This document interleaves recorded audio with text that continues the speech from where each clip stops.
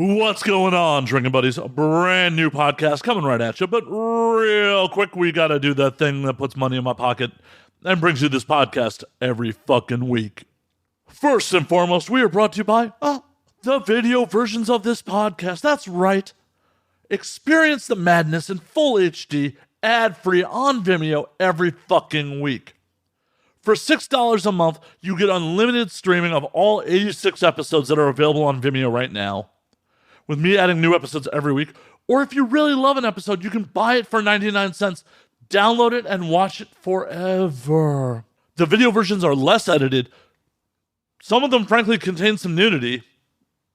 And you get to see all the goofy facial expressions and all the fun shit that goes with actually seeing our faces. So check that out today at ANWD.net/videos. Once again, that is ANWD.net/videos. We are also brought to you this week by the Twitch stream. That's right. Every Sunday, Monday, Wednesday, Thursday, I am streaming on Twitch at twitch.tv/MattEffinSlayer. Been playing a lot of Cyberpunk 2077.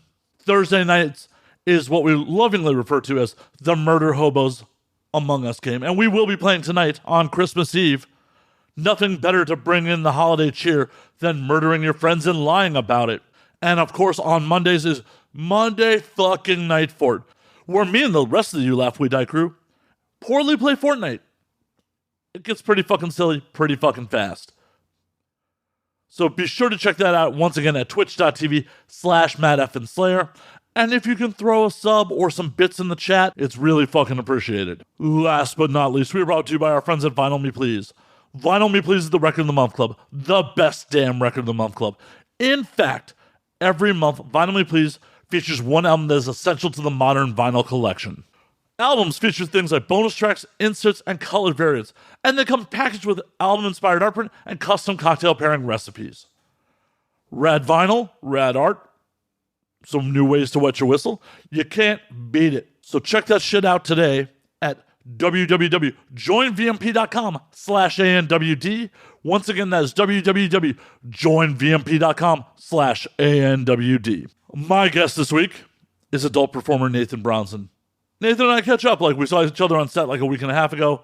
Figured it'd be fun to do the podcast again, and it was a fucking blast. We go all over the fucking place, per usual. We tell some Virginity Stories. I tell the origin story of how I got into porn yet again, and a bunch of other shit. So sit back, relax, pop a cold one, and enjoy, drinking buddies, and happy fucking holidays to you.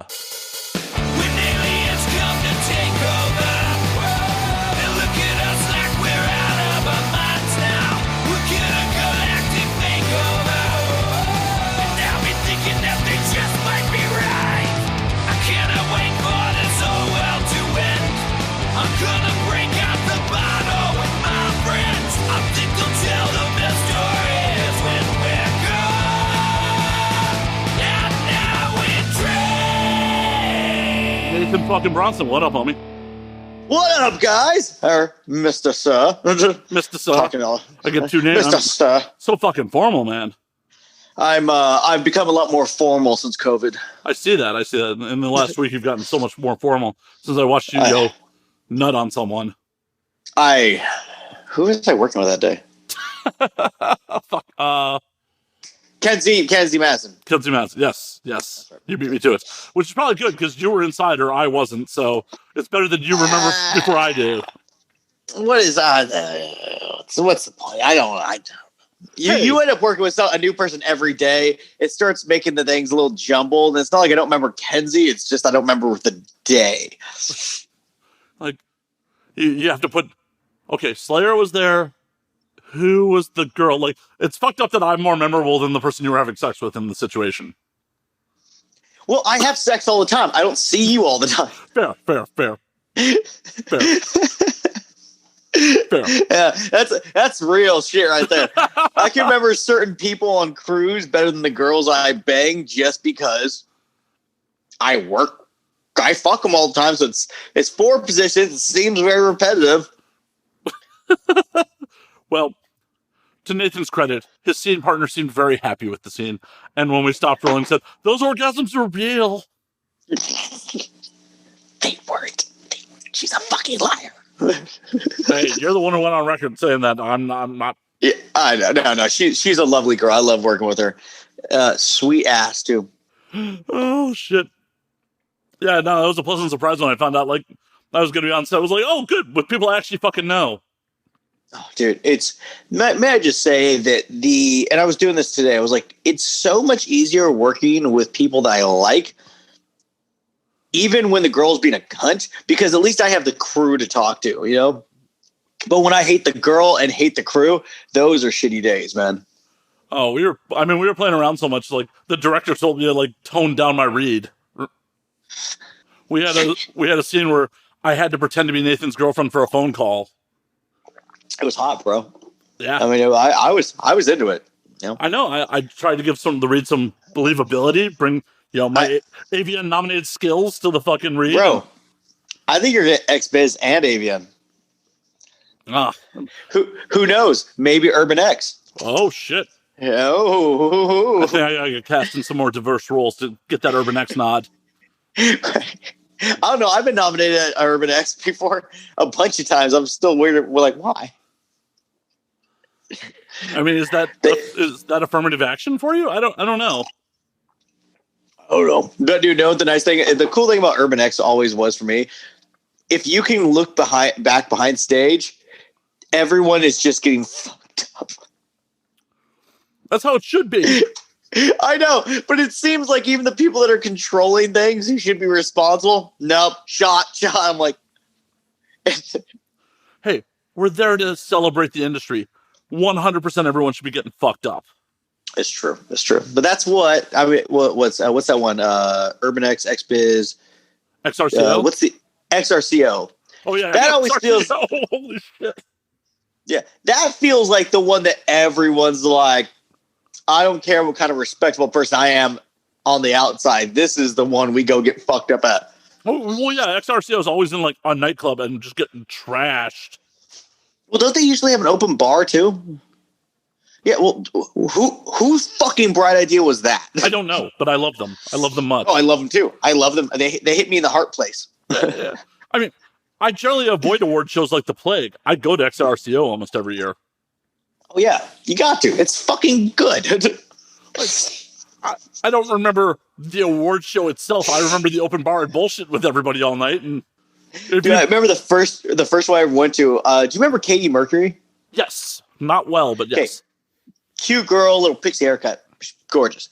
I had a crush on her at the time, and I remember hanging out with her, and me and her talking. She's wearing my shirt because she was cold, and she's like, "Oh wait, hold on for 1 second." And she just like runs away, and I look at her, and she ran over to Ron Jeremy and just started making out with him.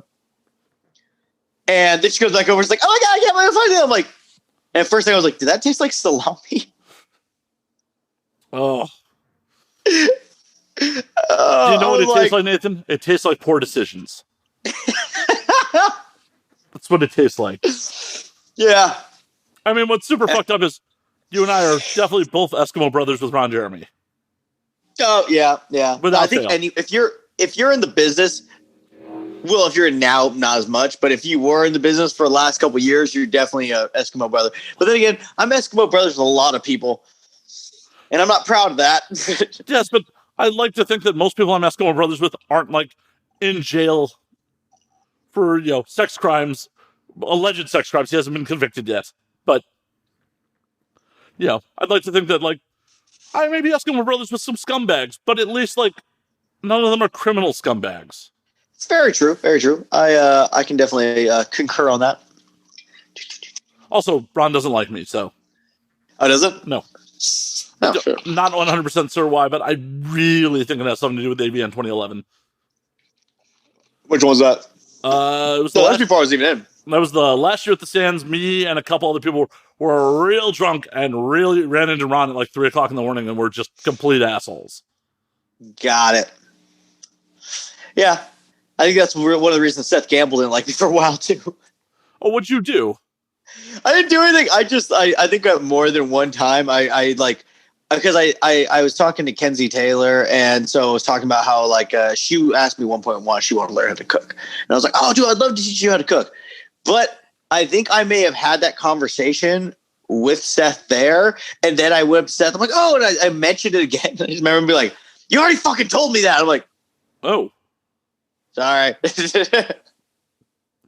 Well, that's better that you're like, trying to talk to Seth about it instead of being like, yo, your girlfriend can totally come over to my place and cook or some, making some DL shit. Like, I was actually just like stoked. I was like, oh, I'm down to cook. Fuck it. Yeah. No, I know you like legitimately, that's what you're, passionate about and you're all about cooking, but like perception wise, I don't know if I was the dude in that situation, I would be, what the hell is that face for? What'd you just put in your body? Sorry, I just realized that I was like, I wonder why this vodka tastes so strange. And then I'm wondering, who the fuck bought peach vodka in my fucking house? What? I would bet someone who identifies as a woman. Bitches. Damn you, Kato. Damn you. But as I was saying, like, as the dude in that situation, I'd be much better with like, oh, hey, this dude's like completely being upfront and being like, he wants to, teach my girl to cook. Yeah. I don't know. But there might have been more said. I don't remember it. So, The first couple years of AVN were a little more blurry. This last one was probably the most clear I had, but that's just because I got roofied the first night. What is up with that? What is up with people getting randomly roofied at AVN? So, did I tell you the story about me getting roofied? No. Oh, fantastic. We'll tell it here. So, I'm gonna go from the very beginning. I pick up Abby Melee. You know her? No, don't know Abby. Gorgeous girl, ripped. She's awesome. But I picked her up and I drove her out to Vegas with me. We were here chilling. We get to Vegas. I drop her off, and then I find my buddy that he moved to Boston last year. So we're like, let's get fucked up. I have everything set up. I bought jugs of tequila for him. I bought jugs of vodka for me. I was on a diet at the time. I was planning I had rotisserie chicken. I made a bunch of beef jerky. I had the whole week set up. I was going to go to the gym every morning. Got this done. I'm going to spend the least amount of money and get as fit as possible. That did not happen. What did happen was me and him are drinking, and I'm drinking out of my own cup, by the way, my own shaker cup with a fucking lid. No, we go to the Circle Bar, not the Circle Bar that's down by the Asian food place, but the Circle Bar right in front of Mr. Lucky's. Okay, so the Center Circle Bar at the Hard Rock. Yes, Center Circle Bar, and we're drinking there, and this is already after we've already had a couple. I see Lizzie Sweets down there and her guy, and we like, oh hey, what's up, guys? And she's there, and she has a bunch of dudes buying their drinks, right? Somewhere in this area is where I went out. And then I remember coming back at my fucking door to my room where I have a couple staying in there. And I remember opening the door and seeing people fucking. And I'm like, okay, and take off my clothes. And then I black out again. And I come back and I'm fucking one of these girls. Black out again, fuck another girl. Wake up the next morning, go to the gym because I'm like, I feel a little drunk, but I'm fine. Go to the gym, get a smoothie. Feel a little weird. Get in my car because I'm about to take people to go get tested. Sit in the front seat, look at the steering wheel. I'm like, that's not going to happen. Someone else drives. I get in the back seat, and as soon as we leave the Hard Rock, I start violently throwing up out the window. Oof. And throwing up. And then we finally get testing facility. They all go inside. I'm like, I can't even do it. I'm just shaking. I'm dying. I'm like, dude, what did I drink? How much did I drink? So at this point, I'm still thinking it's alcohol poisoning, which I didn't think I haven't drinking like that in a long time. And then I talked to my buddy who's with me. He's like, dude, I'm feeling real shitty too. At one point, they get back in the car and I'm laying on his girlfriend's lap, just kind of shaking. I actually shit myself. She didn't know about this for a while. They pull up to the Hard Rock. I tell them to let me and my buddy out down there so I can get up to the elevator. And we're walking in and I'm like, he's like, how you doing, buddy? I'm like, I think I just shit myself. He's like, yeah. And then I proceed to go sit in the shower in my room for 3 hours, just crying and throwing up. And I was supposed to be signing at booths, and everyone that I just got way too fucked up and whatnot. And slowly but surely, I realized, I'm like, dude, I think I got roofied. This isn't normal. I've been hungover before. I've been really hungover. This is not hungover. This is just fucked up. And we're starting to put the pieces together. And I finally get a hold of my buddy, because he ended up passing out in his room for like 2 days. He's in that bad of shape. The first day when I was supposed to be signing, I ended up doing one interview. Just my face is completely white. Next day, I'm feeling a little better. I actually go down there because I have to be down there with my shirt off. I got to be sexy, you know? I was just having the hardest time talking to people, trying to get things through. And it was rough. My stomach was fucked up. I didn't eat for like 3 or 4 days. But yeah, so we finally started talking to people and asking people like, what the fuck happened, right? Apparently, when we were at the Circle Bar, this guy started talking to me and my buddy Oliver.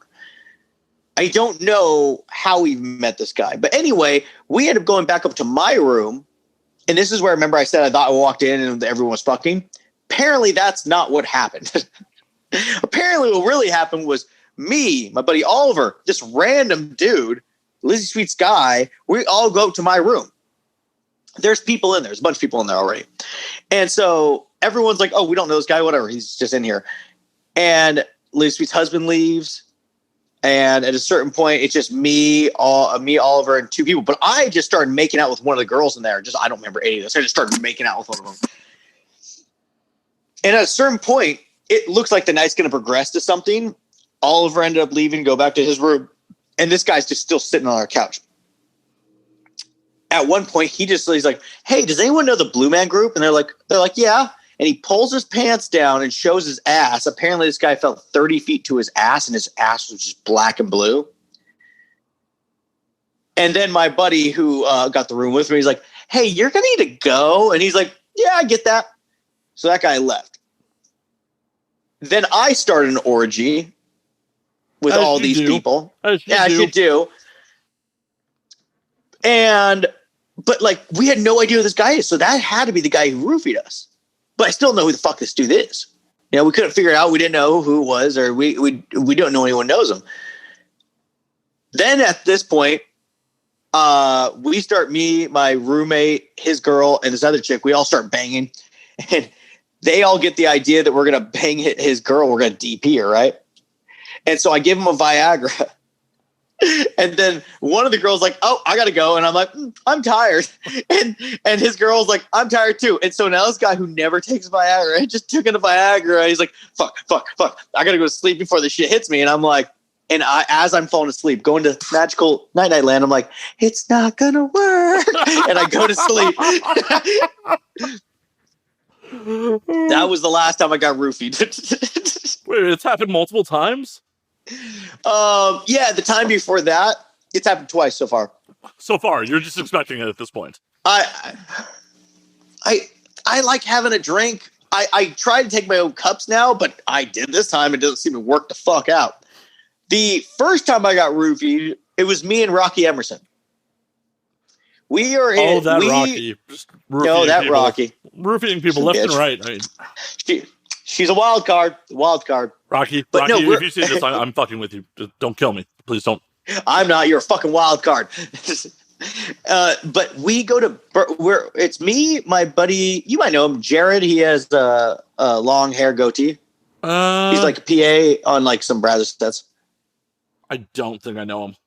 Anyway, it doesn't matter. Him and his girl are going to a goth night in Burbank. It's like a makeshift goth night. Like it's a little like it looks like a shitty dive bar that they put a DJ booth and put some lights in, right?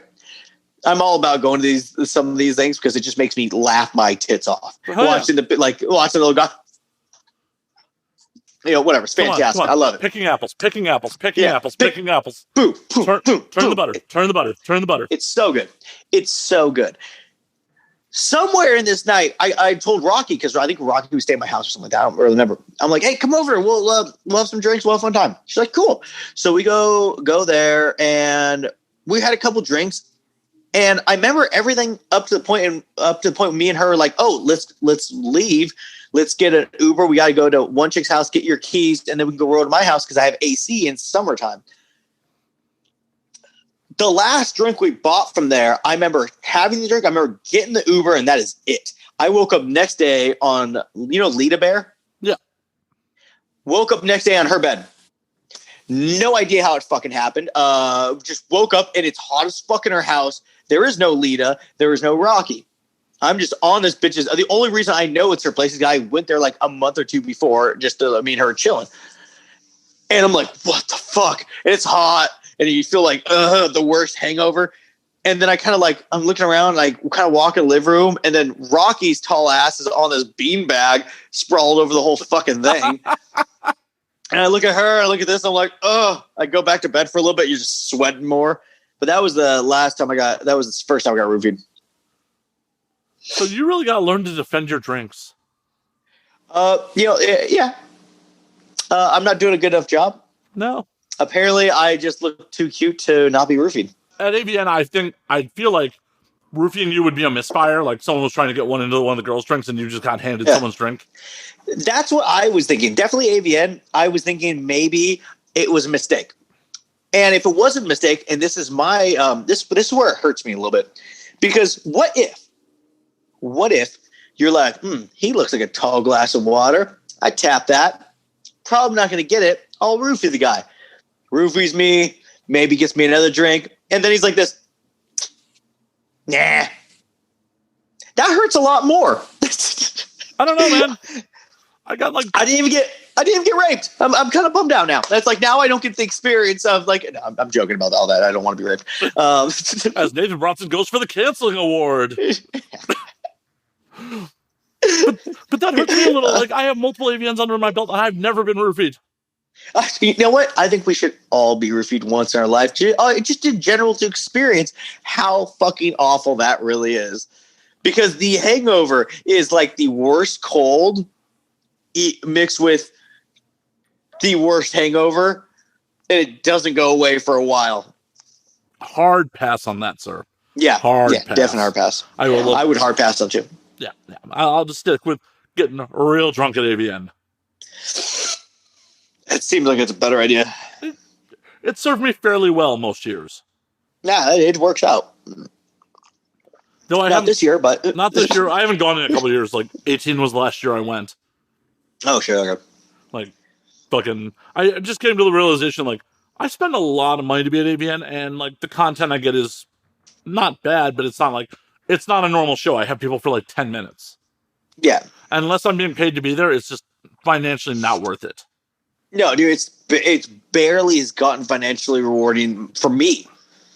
And that's just because I like it finally got to a point where people will actually buy shit from me. But like, that has only been in the last 2 years, I've been in for 5 November. Well, at least with you, you can possibly meet some producers, directors you wouldn't normally meet and be like, okay, maybe they'll hire you. That's true. I'm not going to go there to like, hey, would you like to hire me for your non-sexual or some PA work occasionally? Please do my show. Yeah. See, but here's the thing with I found out, it's like I get more work through word of mouth, whether that's cooking, whether that's stunts, whether that's porn. People find out that's like, oh, I'm an easy person to work with and like that. When I've met directors, they barely ever hire me. It's not until one of their friends, tell them. Like James Avalon, he never even looked at me until he saw me work on one of Jackie St. James sets, And now he's like, oh, no, Nathan's good, So it's almost easier for me, like that. Meeting people at AVN doesn't fucking help. I might get some content out of it like you, but it's usually shitty content because I don't want to take all the fucking camera gear and stuff, Yeah. And also the girls kind of, by the time they get to you to do that, they're just wrecked and you might come back with a clap or some shit. I mean, that's just unfortunately the nature of the beast sometimes. It is. Question. Is the clap chlamydia or is the clap something else? The clap is gonorrhea, technically. Oh, gotcha. And chlamydia is apparently the clam. Which I have never actually heard of it called that in real life. Huh. The way I know this. Yeah, please do tell. When I got chlamydia, and I called the person who gave it to me up, I'm like, yo, I think you gave me the clap. She was like, what the fuck? I gave you gonorrhea? I'm like, no, you gave me chlamydia. And then a quick Google search later is like, oh, for some reason, gonorrhea is the clap. Huh. Well, the more you know, right? Dun, dun, dun, dun. G.I. Joe. No, that song is half the battle. Fuck! I'm not doing good today. Nope. It's this peach vodka. I'm sorry. I feel gay even having it. Well, there's nothing wrong with that. You should be happy, Nathan. What, with the peach vodka? No, just happy in general. I'm never happy. Woes, Nathan. Woes, Nathan. Wait, I got you.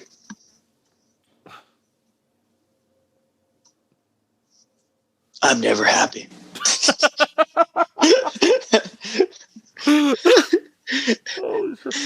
Me. Though 2021 or 2022 AVN, because 2021 is the upcoming AVN, I will make my triumphantly drunk return to AVN. I will find a way by hook or crook. Yeah, it was like 2021. I was like, you can have your happily drunk thing at home. Yeah. No, my girl was thinking about doing a red carpet thing at her house and just watch it online, because I'm nominated for one or two. I can't remember what it is. But so she's like, dude, let's have a thing where it's like we can actually make a faux red carpet. We walked out so you can still take the pictures, and she'll put a bunch of weird companies on there, I'm sure rancheros, condomless ass chaps or something. I don't know. I'm sure if you really wanted to, you could find a still of previous year's carpet and fucking just Photoshop it in. Oh yeah, easy. But it'd be funnier if we put the AVN symbol and a couple other ones on there, but mostly a bunch of random shit. Well, I don't know if I'm actually allowed to talk about this, but I am producing for two performers who are basically going to do fashion police for the virtual AVN show. We're going to set up a green screen at my place, and I'm going to film them fashion policing the fucking proceedings. Love it. Wait, how are they going to do? Are they going to do anything like that? Has there been any word if there's going to be some kind of weird red carpet, or is it just people dress up and they send video? I don't know. I need to actually confer with the people I'm filming for, because they came to me about this. I'm like, yeah, I will happily film that. I will film that shit, bro. Yeah, I'd film that 100%. That'd be great. I have the gear. I can do it. No problem. Yeah. That'd be so great. Just watch them tear people apart. Oh, okay, then I gotta find some really dumb to wear because I want them just to murder me. Nathan Bronson decided to go in a clown outfit? An insane clown posse outfit?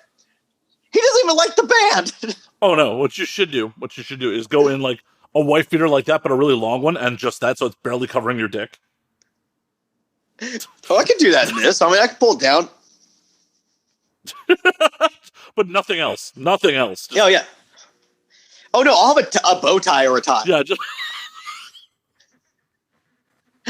I want to be classy. Come on. It is a red carpet. Yeah. I'm not a fucking weirdo. That's a goddamn lie. That is a goddamn lie. Oh, yeah.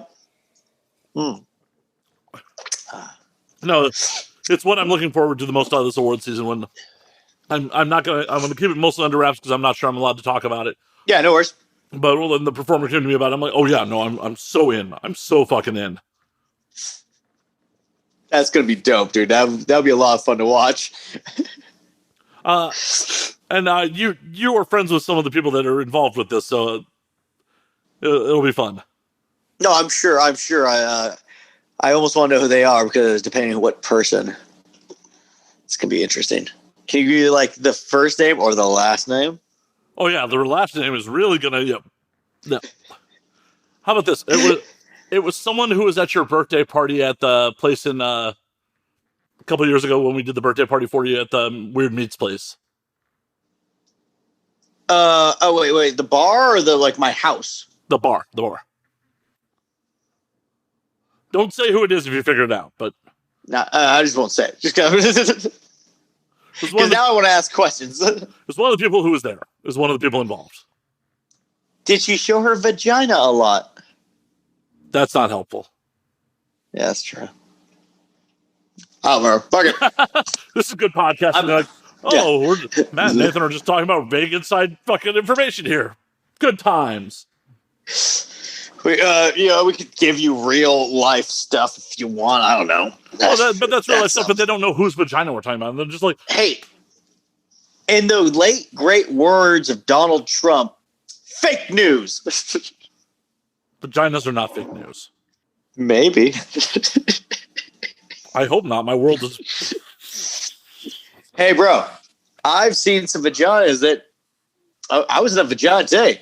Felt like fake news. That shit was too good. I don't believe in that kind of stuff. Mm-mm.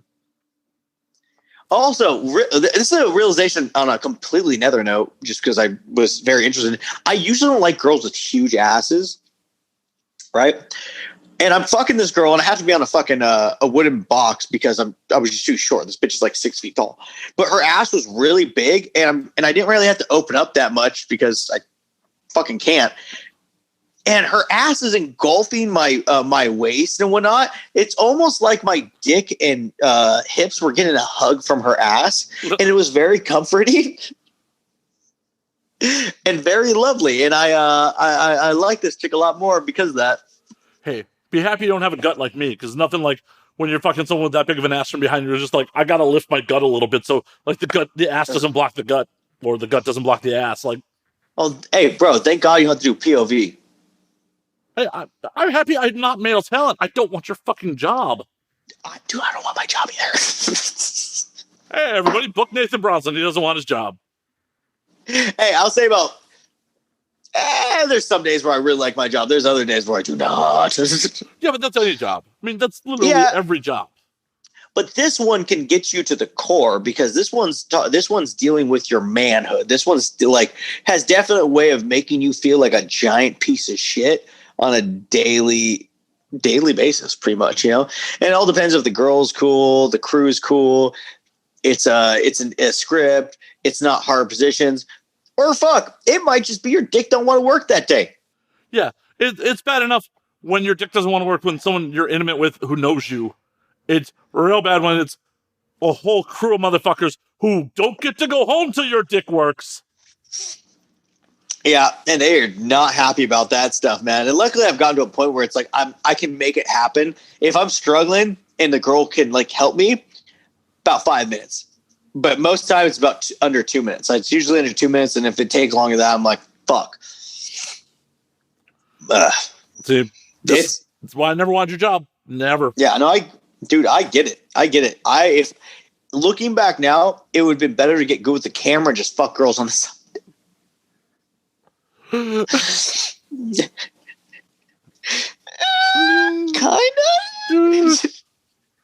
of.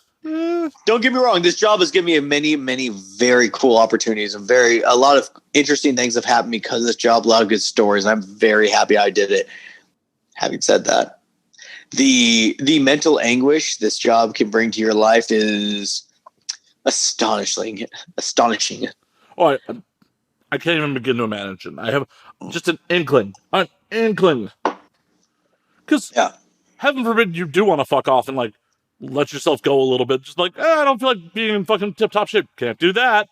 Mm-hmm. Can't do that. What happens if you've been like, let's just say you hang out with some of these girls and hit the little, what do the kids call it nowadays? Nose candy. Maybe. Yeah. Let's say you do something like that. Let's say you decide to do Molly for a day or two or whatever. Let's just say you partake in maybe drinking a little bit the night before. You come to set and you're like, I can do this at home, and your dick don't work at all. Or better yet, your dick works fine, but you can't come to save your fucking life. These are things you have to think about. Did I eat enough food? Did I drink enough water in the last couple of days to make sure that I'm coming a lot? Because if I'm really turned on by the girl, it doesn't matter what I've done. I'm going to come a bunch. But if I'm not and I'm just trying to force it out, it could be watery. It could be this. It could be that. It's like, did I put enough stuff in my diet to make sure that doesn't happen? You know? Well, for the audience at home, what sort of stuff do you put in your diet to get the massive loads? This is probably the most paranoid question I've ever asked. Oh fuck! There's a bunch of stuff over there. If I'm doing everything right, like how I usually do, which is like I wake up, I stretch, I work out, and doing all this, I have a shake that I've been making with a bunch of crap in it that makes your cum look a little bit thicker. Because I mean, healthy wise, it should kind of come out watery because it's just, it doesn't need to be white. No. But because of film, it has to be white. I almost got fired from job one time because it looked too watery. Probably didn't eat enough protein, didn't do enough of this, didn't have the zinc. I don't know, man. I eat a lot of protein. I don't shoot fucking massive ropes usually. Like, it's just usually pretty watery. Well, I know, but everyone's different. This is what worked for me. This is the problem with when people ask me, oh, how do you do this? How do you do this? I'm like, I can't give you a certain thing that's going to help you out, except for I know zinc does help. I've seen it work. I've tried it. That's tried and true thing. Zinc definitely helps make it a little bit thicker. But everyone's body's a little bit different, and so it makes it kind of hard to be able to be, this is what would work for you. This is what worked for me. It might work for you. It might work for you at home. Plus, please, if you're doing zinc, don't take too much of it because I believe that is a vitamin you actually can OD on. Oh yeah, I'm sure. It's not vitamin C. It's not water soluble. Yeah, it's it's always rolling them fucking dice. This job of ours. Well, and that's a lot of things when like dudes, because I'm sure you get it much more than I do. Is like dudes signing into the gym like, how do I do your job? Yeah, that's always depressing. No, because most of the time I want to be like, I've had dudes hit me up like so much, and I'm like, if I'm feeling like a wild hair in my ass, I'm like, are you sure you want to do this? And he's like, yeah. I'm like, why? I want to fuck girls.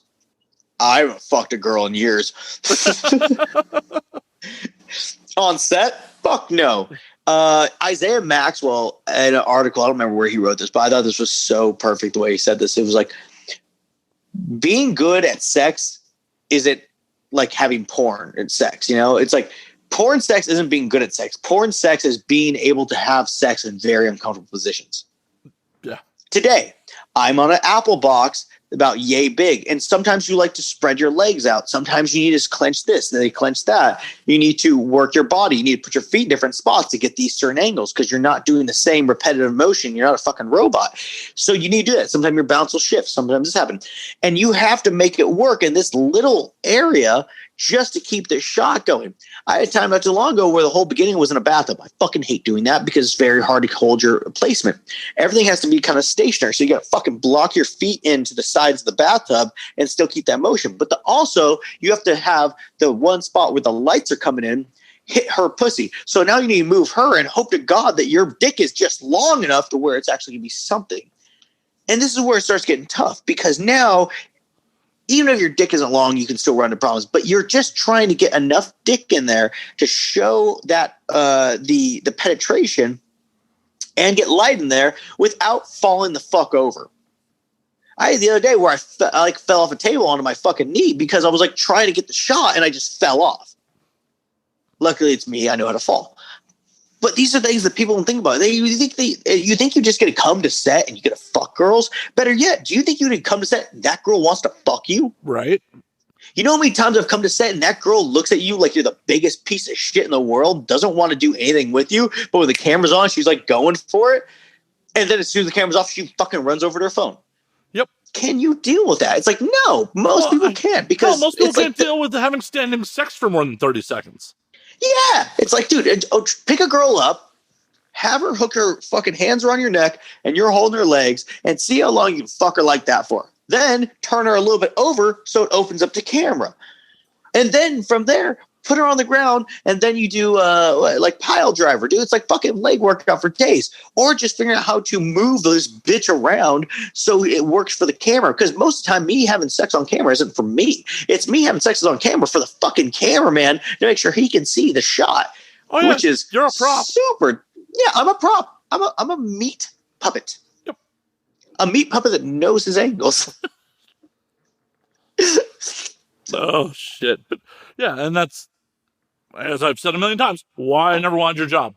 Never. Again, I should. Excuse me, I'm going to get something that's not peach. Bullshit on the not getting peach? Oh, I'm going. I was going to drink whiskey with you, but I almost ran out of my nice bottle of whiskey. What do you got? Actually, I'm going to show you because I want to know your opinion on this. I paid like $55 for this, and I think that's a little bit more pricey for whiskey. Not like good whiskey, but like, it's like It's good. That's mid-shelf. I want to be the mid-shelf range because if I'm drinking something that's like top shelf, I just don't want to pay for it. Well, I'm hoping someone buys it for me. I'm right there with you, man. Like on these fucking multi-$100 bottles of whiskey, I'm like, I can't justify drinking something like that. That like, it's like I could never see myself owning a Rolex either. Like, I'm not gonna spend so much money on something that like this is really more about the status symbol than its effect. Yeah. This is what, like, I want to get something that's gonna be good enough for me to drink and not feel like shit the next day, but also not break my bank account. And I'm doing good money wise right now. Don't want to do that. Yeah, but you won't stay good money wise if you're fucking dropping on multiple $100 bottles of whiskey all the time. Right? I mean, personally, if I could, I would probably only drink Dooms.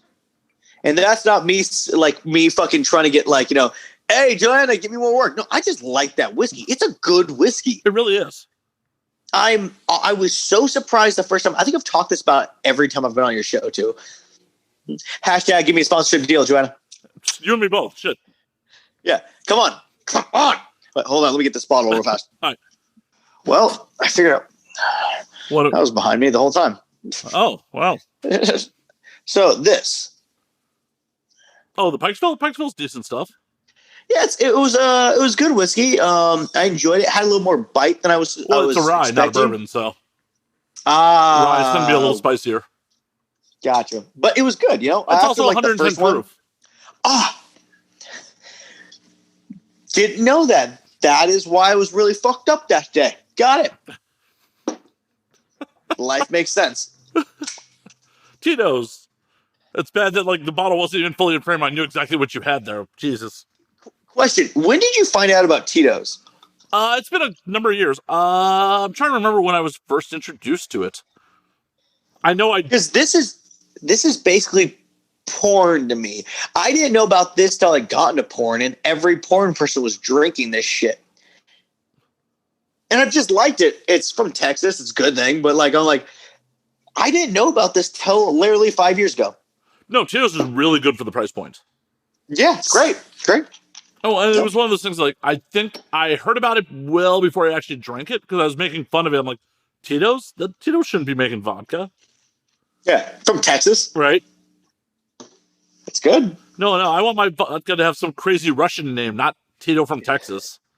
Yeah, right? Tito from Texas sounds like, I don't know, Latino dude who's making like barbecue at the same time. Right, like, I need Tito's barbecue all day. I'd have Tito's tequila all day. Does Tito have barbecue? I don't know. Sounds really good. I mean, they're down in Austin. Who knows? I'm sure they do. I'm sure they fucking... Yeah, I'm sure they do. But yeah, it should be something like Rosvadevkia or something like that. Yeah. I don't know. Just called Da. Yeah, just something I can't pronounce. Like, this is the vodka, like, Russian fucking lettering on it. Like, oh, yes, I will have that one.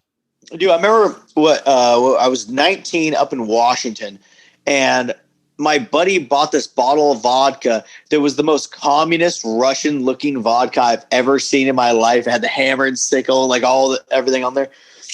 It was the most disgusting alcohol I've ever put in my fucking mouth. It was right around Popov level, Oh, God. Ooh. Ooh. I think we all have good stories of Popov, too. I'm trying to remember if that was... Sorry, not good stories. That's giving a little bit much, but yeah. I'm trying to remember like what the cheap vodka was I drank the night I lost my virginity, and it might have been Popov. It might have. It probably was, buddy. It was definitely some plastic bottle vodka. Probably was that. Well, because I was 16 and we got some dude to just buy it for us. Yeah, Popov then. All day. Jug of vodka, man. Yeah, good to go. Plastic bottle. Real drunk. Oh, God, that shit hurts my soul. Talking about so drunk you don't pop. That was that night. Yeah. Nothing like not popping for your first time. Yay. Make sure, bro, I didn't come my first time either. Why don't we talk about our first time stories? Oh, happily. I mean, I've told this story on air, but you would not... I'll happily repeat it. It's been a couple of years since I've told this story on air. Yeah. But I will let you go first. You're the guest. Oh, okay, fine. So I was dating this girl. Should I name her name? Let's protect the guilty parties. Let's just call her first name Alex. She knows who she is. I doubt she's going to be watching stuff. No, maybe she is. I don't know. Anyway, this girl named Alex. Me and her started dating, and I remember one day she lived right by my best friend's house, right? Like literally right down the street. Her friend hits me up, and they're like, what grade was this? This was the summer of, was it ninth grade? No, it was the beginning of 10th grade. It was the summer after ninth grade. And she hits me up and she's like, hey, so, Alex is here and she really wants to bang you. I'm like, what? Really? This is her friend talking to me. She's like, yeah, she's dressed something sexy for you. I'm like, she's like, you should get over here now. I'm like, fuck, I don't have a car this time. And so I have to get my sister, because she's about to go buy groceries, to go to the other side of town to buy groceries from the store over on the other side of town. Wait, there wasn't a horse you could steal? I know where you grew up. No, there was a horse I could steal, but I didn't want to. It was take way too long to ride this fucking thing there. Good observation, sir. Like where your head's at. By hook or crook, when especially as a teenager, when sex is on the line. Yeah, but also wasn't because at this. So when you go all the way across town, there's not as many horse trails, and also there was no place to put the fucking horse. So especially for parents, it'll figure it out. Yeah, but her parents may or may not come home. This was at that same thing, so I'm still worried about that. Anyway. Dude, the horse would be a great distraction if her parents come home. If the horse starts making noise, it's time to go. Yeah. Is our daughter getting banged out by Zorro? What the fuck's going on? Well, you just leave the horse in the living room, and if you start hearing like, what the fuck is this horse doing here? And you're like, out the window and gone. Honey, did we buy a horse? Anyway, so I get over there. I'm like, just fucking cum's coming out of my ears at this point. And they're like, go upstairs. She's up there. And I go up there. I'm like, yes. And we start kind of going at it. At one point, I'm like, I try to take off her shirt. And she's like, no, I only do that for people I trust. I'm too horny. I don't care at this point. I'm like, but like at the time, like now I look back and I'm like, why did you do that? I would love to go back and talk to her and ask her why she did that. She's probably stuffing her bra and was fucking worried that you'd think less of her or some shit. I do think less of her for not showing me her titties because we were fucking and we did it without a condom. Womp, womp, womp. Yeah, right. So we start going at it, and I think I don't remember. It's hard to tell how long those sexual experiences go for, right? But we're going at it, and I remember laying on my back, and she's riding me, and I'm probably doing a fucking god awful job. I'm hard though, so that's nice. And then all I hear is, "Your parents are home." I'm like, fuck! And I fucking put my clothes back on, I jump out the back window, run around the block, and go to my buddy. And my buddy's older brother finds me, and this is kind of like those coming to age tales with the older brother, where I'm like, I just had sex. He's like, "You're a man now," and I'm like, "Oh my god." I've made it! Woo! And now I'm here. And now we're here. So now I've had sex with more girls than, I don't know, Gandhi? I guess that didn't work. I mean, he had sex with a lot of girls, actually. Did he? Oh, yeah. There's a lot of stories of Gandhi being a fucking pervert. He seemed like a pervert. Yeah. Wasn't he also like not a womanizer, but like did not treat women very well? That's what I've been led to believe. Yeah, that's what I heard too. I need to go do more research before I start spouting things about the guy who helped Indian freedom from England. But anyway, so yeah, that was my first sexual experience besides shitty blowjobs and pointy titties. So for me, it was not probably not the most moral thing for me to do at the time. Yeah, well, none of it is. So, a week before the day went down, this is summertime in between school years. I was 16. My buddy rolls through my place with his new girlfriend. Yeah. And I don't know why, but her and I were super flirtatious. Like, just kind of, ha ha ha, flirt. Yeah. And as they're leaving, he goes, "I'm going out of town for 3 weeks. You two better not do shit while I'm out of town." And why would you say that? We both jokingly said, "Oh, we'll wait at least a week before we do anything." Like, dickhead kids, man. Dickhead kids. Yeah. A week to the day, she calls me up. She's like, "What are you up to?" And I'm like, "I ain't doing shit." She's like, "You should roll through, yo. My parents are out of town. I got the apartment to myself." I'm like, "All right, cool. Sure." I roll. You're not going to say no when your fucking hormones are crazy. Yeah. Friendships are good, but pussy is the thing you think about every day. Every waking fucking moment. Oh. And I get there. Her and I managed to score a bottle of vodka. And eventually, like, my guy, her boyfriend's best friend rolls through, who I also know. So it's the three of us hanging out. So I'm like, whatever, this is instant enough. Like, you know, though pussy is on the back of my mind, I also am a virgin at this point and don't think it's actually going to happen or anything. Like, you know, she's being flirty. Like, whatever, no big deal. And the three of us are drinking, and we're drinking. And she had, like, a rooftop on her apartment building in Chicago. And there's only 2 lawn chairs up there. We go up there. He plops down on one. I plop down on one. She plops down on my lap on one of the lawn chairs. And, like, I don't even know how it happened, but all of a sudden we're going at it. We're just fucking going at it. I go downstairs to piss, like, kind of in a daze, like, did that shit just really happen? Oh, shit. Like, go refill my drink. And her boyfriend's best friend follows me downstairs. And I'm in the back of my head, I'm like, oh, he's just going to talk some sense into me right now. Like, yeah, okay. Yeah. No big deal. And he pulls me outside, like, dude, what are you doing? Like, I don't know, man. Like, that just went down. He's like, dude, you keep this up, you're totally going to fuck her. Like, what?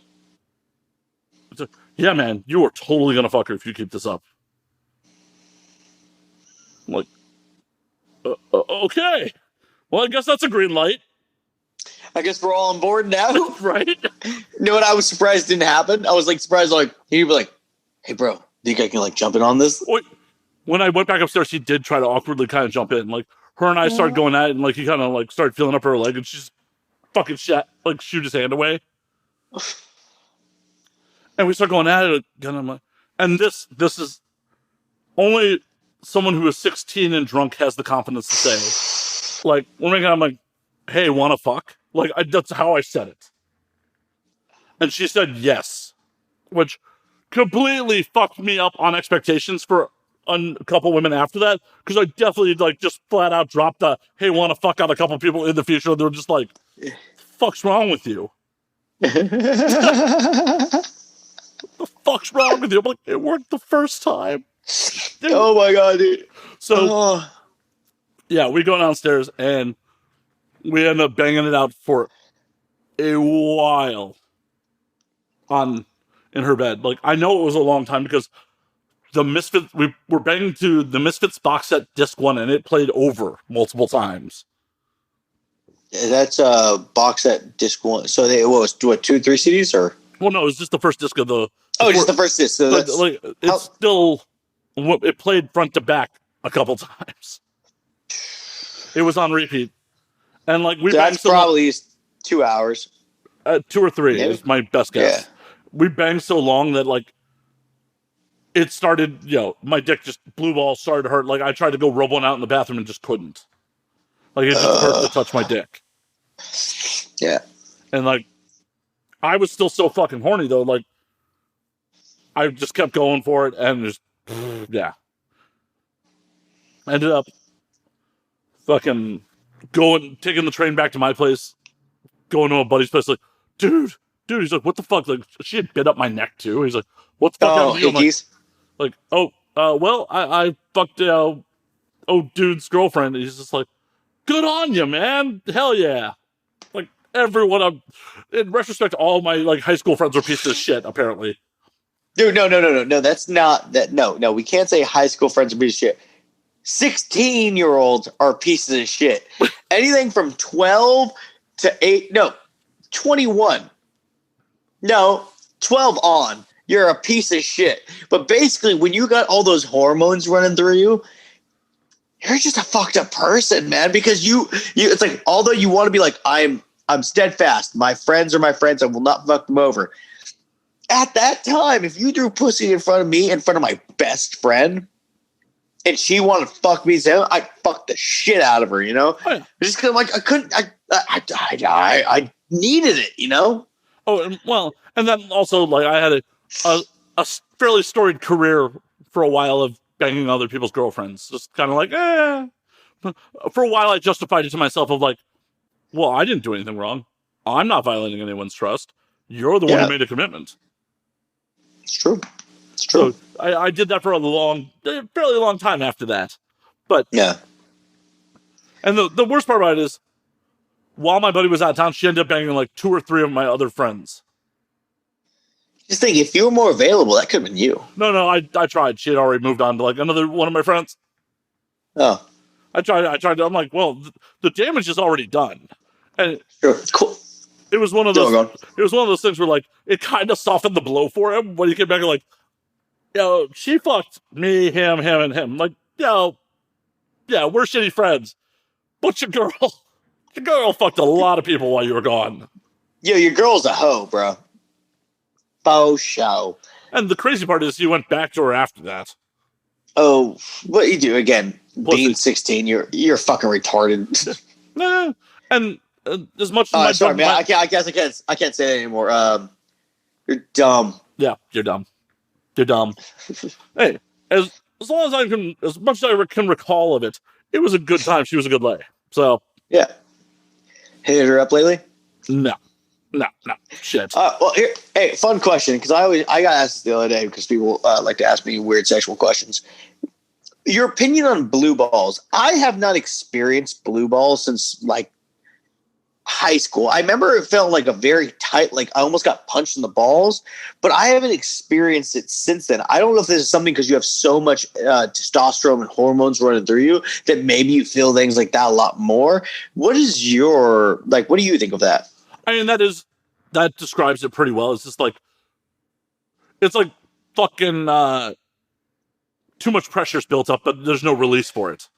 Yeah, but have you felt that at all in your later years? Couple times. I've definitely have you? Okay, so I've definitely gone out with some civilian girls who were just like getting real hot, heavy. Like, oh yeah, it's not on. Okay, I guess it's not on. I mean, not to the point of like when I was a teenager, but I also feel like as you become an adult, like sex is less taboo, so it just happens pretty much easier. It's not like, you don't have all the fucking, like, the dry humping and like the foreplay's fucking fun for sure, of course, but that generally ends in someone getting released versus yes, back in the day, like, old girl would be like, I can't do this. And we've been, going at it forever. I want to get just right there, but no. Yeah, like, well, it's just the taboo of women being able to enjoy sex, especially at a young age. Like, luckily, like, that's one of the things I love about adulthood the most is like, oh, you're down, I'm down, let's just do this. Not, oh, we have to wait because, like, societal norms say, like, I gotta be chaste. Like, yeah. Know what I'm happy about being an adult? What's that? Up until the last year was, as an adult, if I had the means, I had the money, and I had the consent, I could literally do what the fuck I want. I could find a girl at a bar if she's consenting, not fucking wasted. Me and her could go back, grab a hotel room, get another bottle of alcohol, and go fuck more. We could, the possibilities are endless. It's like I could drive all the way to Wisconsin and meet some girl out there, bang her the fuck out. It's like, it's really nice to be able to have that, not worry about the curfew, finding a place to like fuck someone, which was always such a pain in the ass because some girls didn't want to be fucked out in the park, obviously. Yep. So it's so nice to be able to say, hey, we can do whatever the fuck we want in a realm of like, what's legal. What's legal between, or even what's not legal. Like public sex isn't particularly legal, but it's happening between two consenting adults, so whatever. But like at the same time, I don't want to. Sometimes the risk does make it fun, but at the same time, like I've actually said this to a couple of people who want to use me to shoot outside stuff. I'm like, hey, are you going to bail me out of jail? Didn't think so. I'm not about to be put on a sexual offender list because I banged outside. You know, if it's a place that I can run, but the problem is I can get away faster than most people can in my industry. Well, especially so it's like, you know, this guy's generally built like me holding the camera. Yeah, but no. If it's like POV, like let's say it's like a camera guy, the girl, and me, right? Right. And we're outside. I'm like, man, we should not be out here. We should be in a room fucking, you know. If I'm going to shoot a scene outside, I'm going to do it with my phone, and I'm going to be able to pull my pants up real fast. Yeah. Done. And then if the cop fucking asks, delete the video real fast. And what are you going to do? Well, they actually need a warrant to make you unlock your phone as long as you don't have biometric data to unlock your phone. Yeah. So but yeah, out there, don't use finger codes or faces to unlock your phone. Yeah. Biometric data is not protected by warrants. Passcodes are. Pro tip. Oh. Like, this is how you be shady. That does not apply at customs, though. At ports of entry, that does not apply. But yeah, no, I might be going to Scotland here soon or Thailand. I can't remember which one we're going to first, but I need to go get another phone to erase all the footage on there because I don't need to be stopped as a porn person. Because I've heard people going to different countries and like they're like, oh, this is what ends up happening. If they find all the shit on your phone, then they'll send you back. And I've gotten to a point in the last, since July, I'd say 100% since July, I've worked so much that it's like, it's going to be hard to kind of miss me now. You know, it's been nice because I wear a mask and masks really help, but it's definitely getting sketchier to fucking go different places. So I got to figure out ways to travel now. Yeah. I mean, I had that. I'm not like, I've never been talent. I had Australia go through my fucking phone when I entered there in 2014. Yeah. And I had pictures from a party the night before of it was Veruca James eating out Kimberly Kane's ass from just a party the night before. And 50-year-old customs woman found it. What'd she say? What's this? Because pornography is 100% illegal in Australia too. Like, it's illegal to watch? It's illegal to own or bring in. Well, really? Because I knew it was illegal to film there, but escorting's legal. Yep. So I remember when I came of America.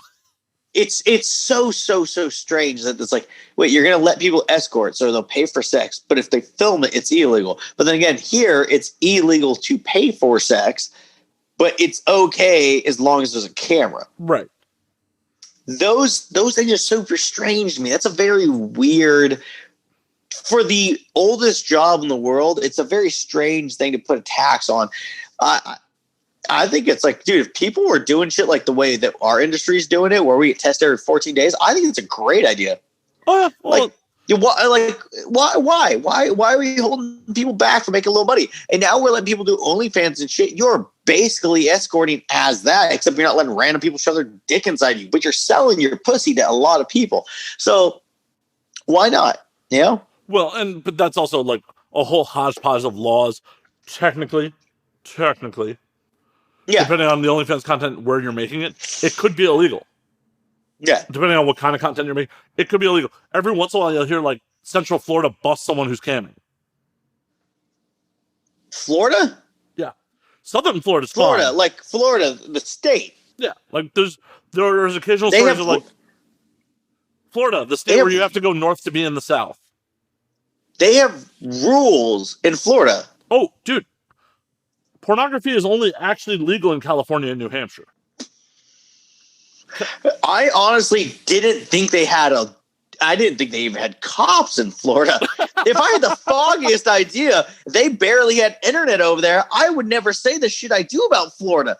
I had no fucking idea. I just thought that was the Wild West. Well, and it totally is crazy depending on what part of the state you're in, because we both know a lot of content is made in Southern Florida. Yeah. A lot.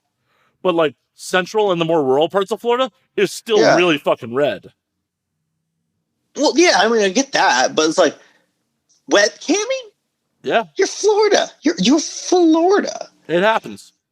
Have you ever watched Cocaine Cowboys? I mean, That's all Southern Florida, sir. I need to rethink my life. Oh my god, We're changing lives here on the show tonight. We're changing changing lives, guys. I'm learning so much today, which I did not think it was going to happen, but it's We're an been a day. educational show occasionally. Yeah, educational. That's right. No, I mean, all the production that's happening in Vegas is quasi-legal at best. Oh, the porn. Yeah.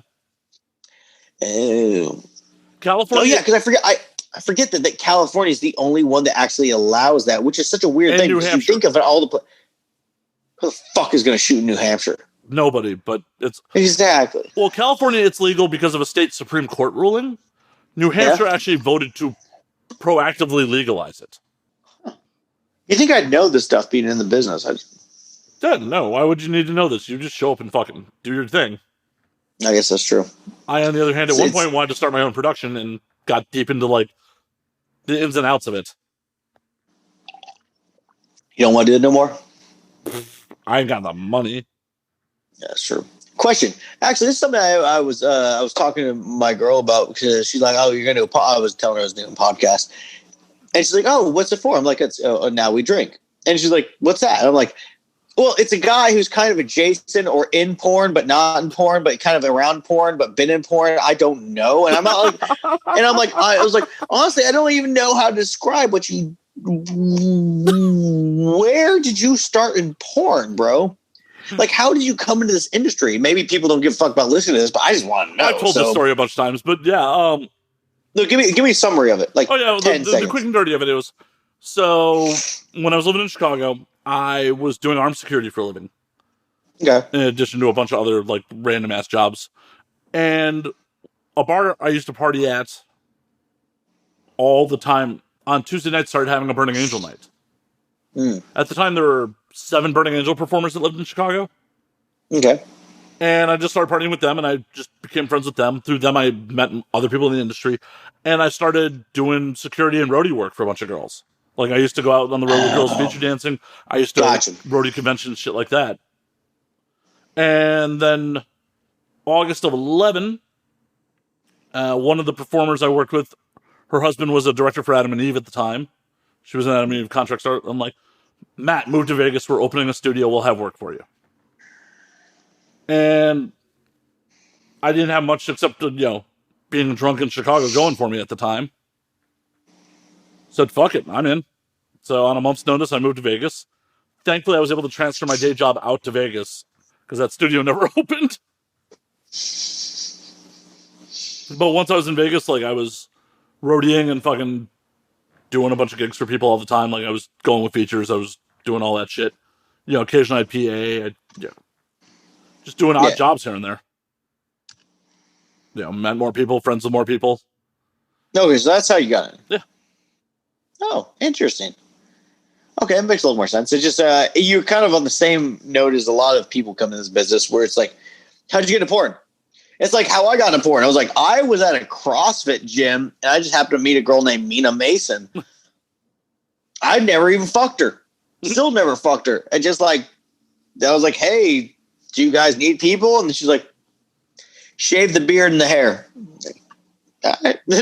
So, and it was also a happenstance with Society 15 just happened to launch off at the same time. They need more guys. So, yeah. So it's like, it's very strange how most people get into porn. Like, there's only like a handful of people I know got in a way where they're a guy named, you remember El Cubano? Mm-hmm. Juan El Cubano? I'm pretty sure, and I may be wrong about this. He probably tell me if I was wrong, but he hit up Bang Bros so many times before he turned 18 that they were just finally like, fuck it, let's try it out. That's the most porny one I've ever heard. But I've heard other guys who were like delivering pizzas, and all of a sudden they delivered pizzas to a house. They were doing a gangbang, and the girl answered the door, and they asked him if he wanted to be in it. Well, and a lot of guys start off as fucking mopes in the bukakis and shit too. Yeah. Fucking no. For me, I actually, when I got in, I wanted to actually make film. Like, I had, before porn, had mainstream film ambitions. You've been to my apartment. You've seen my wall of fucking movies. I have. Well, in Chicago, I didn't know anyone who made fucking films, but I just was meeting more and more people who did porn, and I went, maybe I can at least make some films that way. Yeah. So So that's still something you want to do?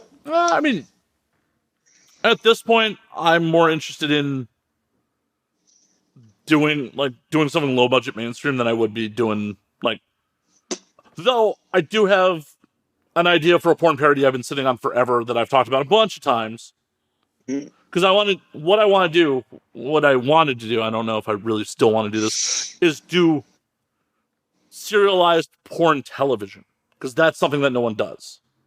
Like, what do you mean, serialized porn television? Like, an overarching story that happens over the course of multiple episodes. Oh, okay. So actually, okay, not like we're doing a parody of a TV show, but we actually have a porn that actually has episodes. I mean, the one I have in mind actually is a parody, but no one does serialized porn. Like, yeah, you may have I Banged the Babysitter 18, but there's no plot hook between how I Banged the Babysitter 18 and I Banged the Babysitter Part 1. But see, that'd be really cool, especially if you're doing a thing where it was like, let's say you dropped an episode every week, right? It's a lot. That'd be a lot to do. Like, I'd say 2 a month is pretty good. You know? Even if you did it once a month. Even if you do it once a month, but like you drop those twice a month, I think that's a cool idea, man. I'd be into it if you wanted help. Yeah. So the one I have, the one I was sitting on, and is Quantum Load. It'd be a Quantum Leap porn parody. Oh. Dr. Nice. Samantha Beckett writing hookups that once went wrong. I like it. You've watched Quantum Leap, right? You've seen Quantum. Yeah. So the beautiful part about doing a Quantum Leap parody is you don't even need to have the same cast for the most part, because you have Samantha look in the mirror and be whatever actor you need her to be. That's true. That'd be very interesting. I like the idea. Like bringing it on the TV show and making that whole thing work out. That'd be fun. Yeah, it was something I kicked around doing forever, and it's just something that's not done. And back when I originally had this idea, like, where would you host it? You'd either have to get a production company to put up the money for it every fucking week. 10 years ago, none of us had gear that would really do that. You really had to, people were doing amateur shit, like, on low-res cameras and shit like that, but it wasn't, like, the quality you could get today. Yeah. And the tube sites were absolutely the enemy at the time, so the idea of, like, trying to post it, where would you host it? You'd have to find a production to be willing to put it on their website. Yeah. Versus now, like, you could, put it on the hub and make money via the YouTube model. No, I mean, like, honestly, what I would, if I was in the process of doing something like that, I would cut down the scene. I'd just do all the acting parts up to the sex, and I'd chop the sex down to, like, the bare bones, like 2 minutes of each position, and then right up to pop shot, and then you cut that out, And so you're going to watch all the episodes. You keep that on free views. If you actually want to watch the real sex scene, all of the nasty details, you put that in you paid to watch. And I do that OnlyFans, Pornhub, and I do it a couple other sites right there. And I think that would be a great way to generate. But you would also have to still pay the fucking talent, right?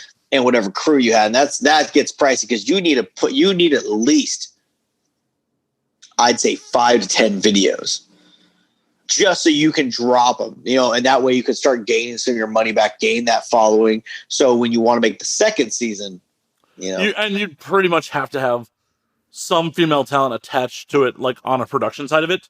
Oh yeah. Who's not, because the problem, you and I both know, this industry is a grinder, especially for the female side of the talent. Yeah. And if you're trying to, I'm booking this series that I want to have ongoing off some talent who really doesn't have some meat in the game, you might find yourself fucked pretty quick. Yeah, no, definitely. And all of that. But it's like, hey, if a girl's got some stock in this game this year, she may not have that next year. Right. But at least you could feel if you knocked out a whole season, you'd have to make it something where if you had to, you could change out the leads without having to do an Aunt Viv. Yeah.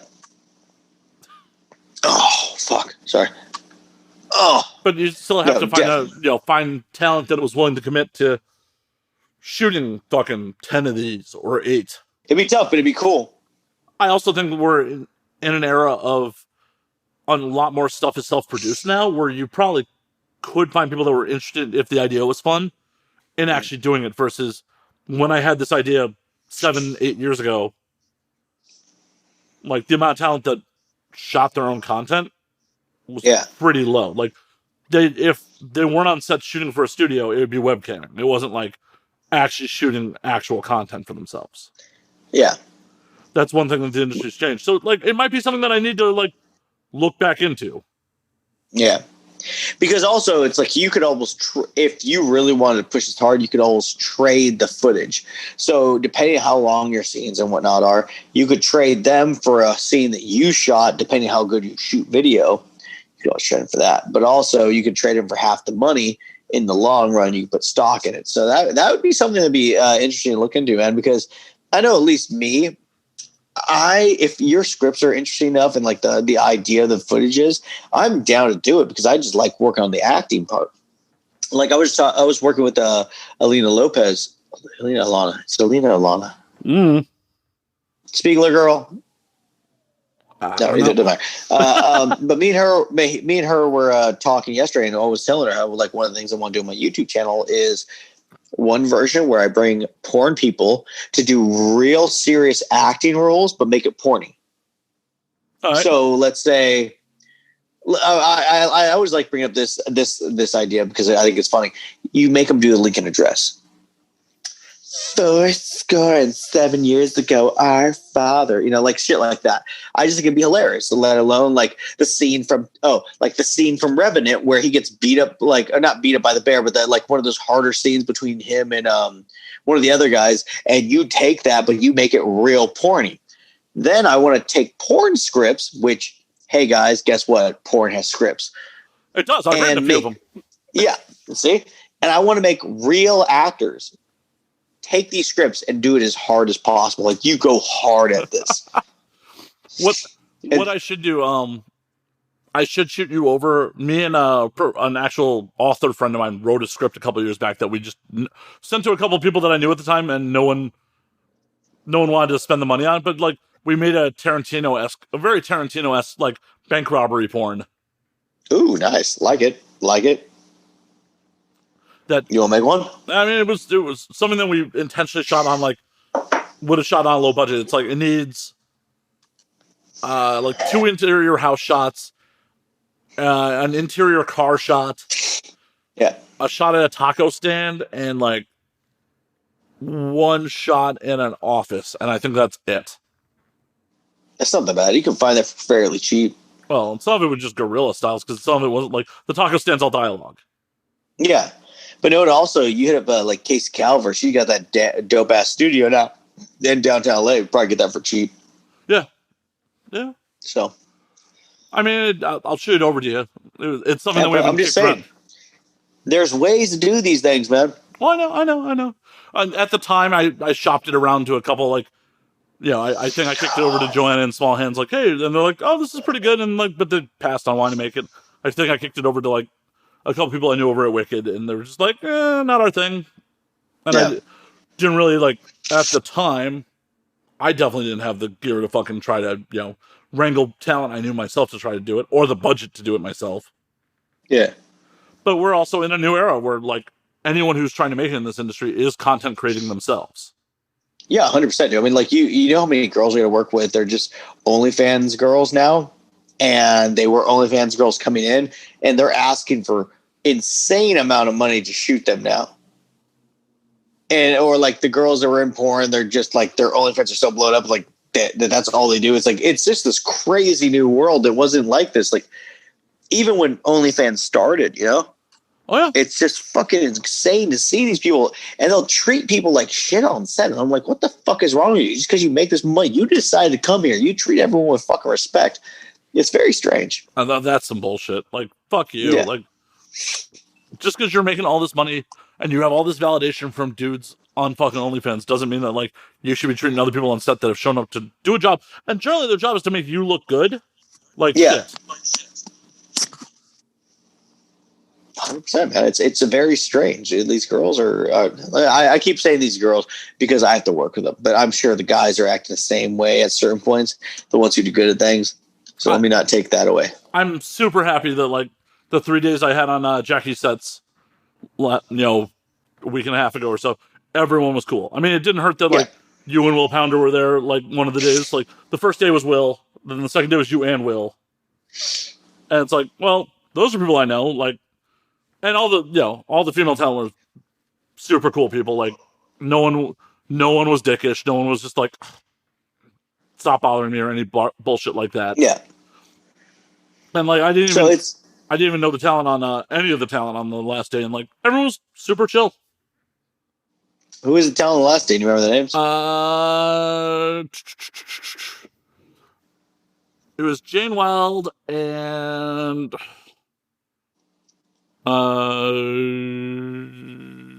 Paige Owens were the female talent. Okay, yeah, they're cool. Yeah, they were cool. And then Tyler was one of Nixon? Yeah, Tyler Nixon. Remember we were joking about you coming across his picture? Oh, yeah. So, yeah, he was on set the next day. And did you tell him about that? I did not. The last day became a complete shit show. The power went out at the house. Dude, that's the second time that week that shit's happened, or third time, I think. So the power went out at the house during Jane and Tyler's dialogue.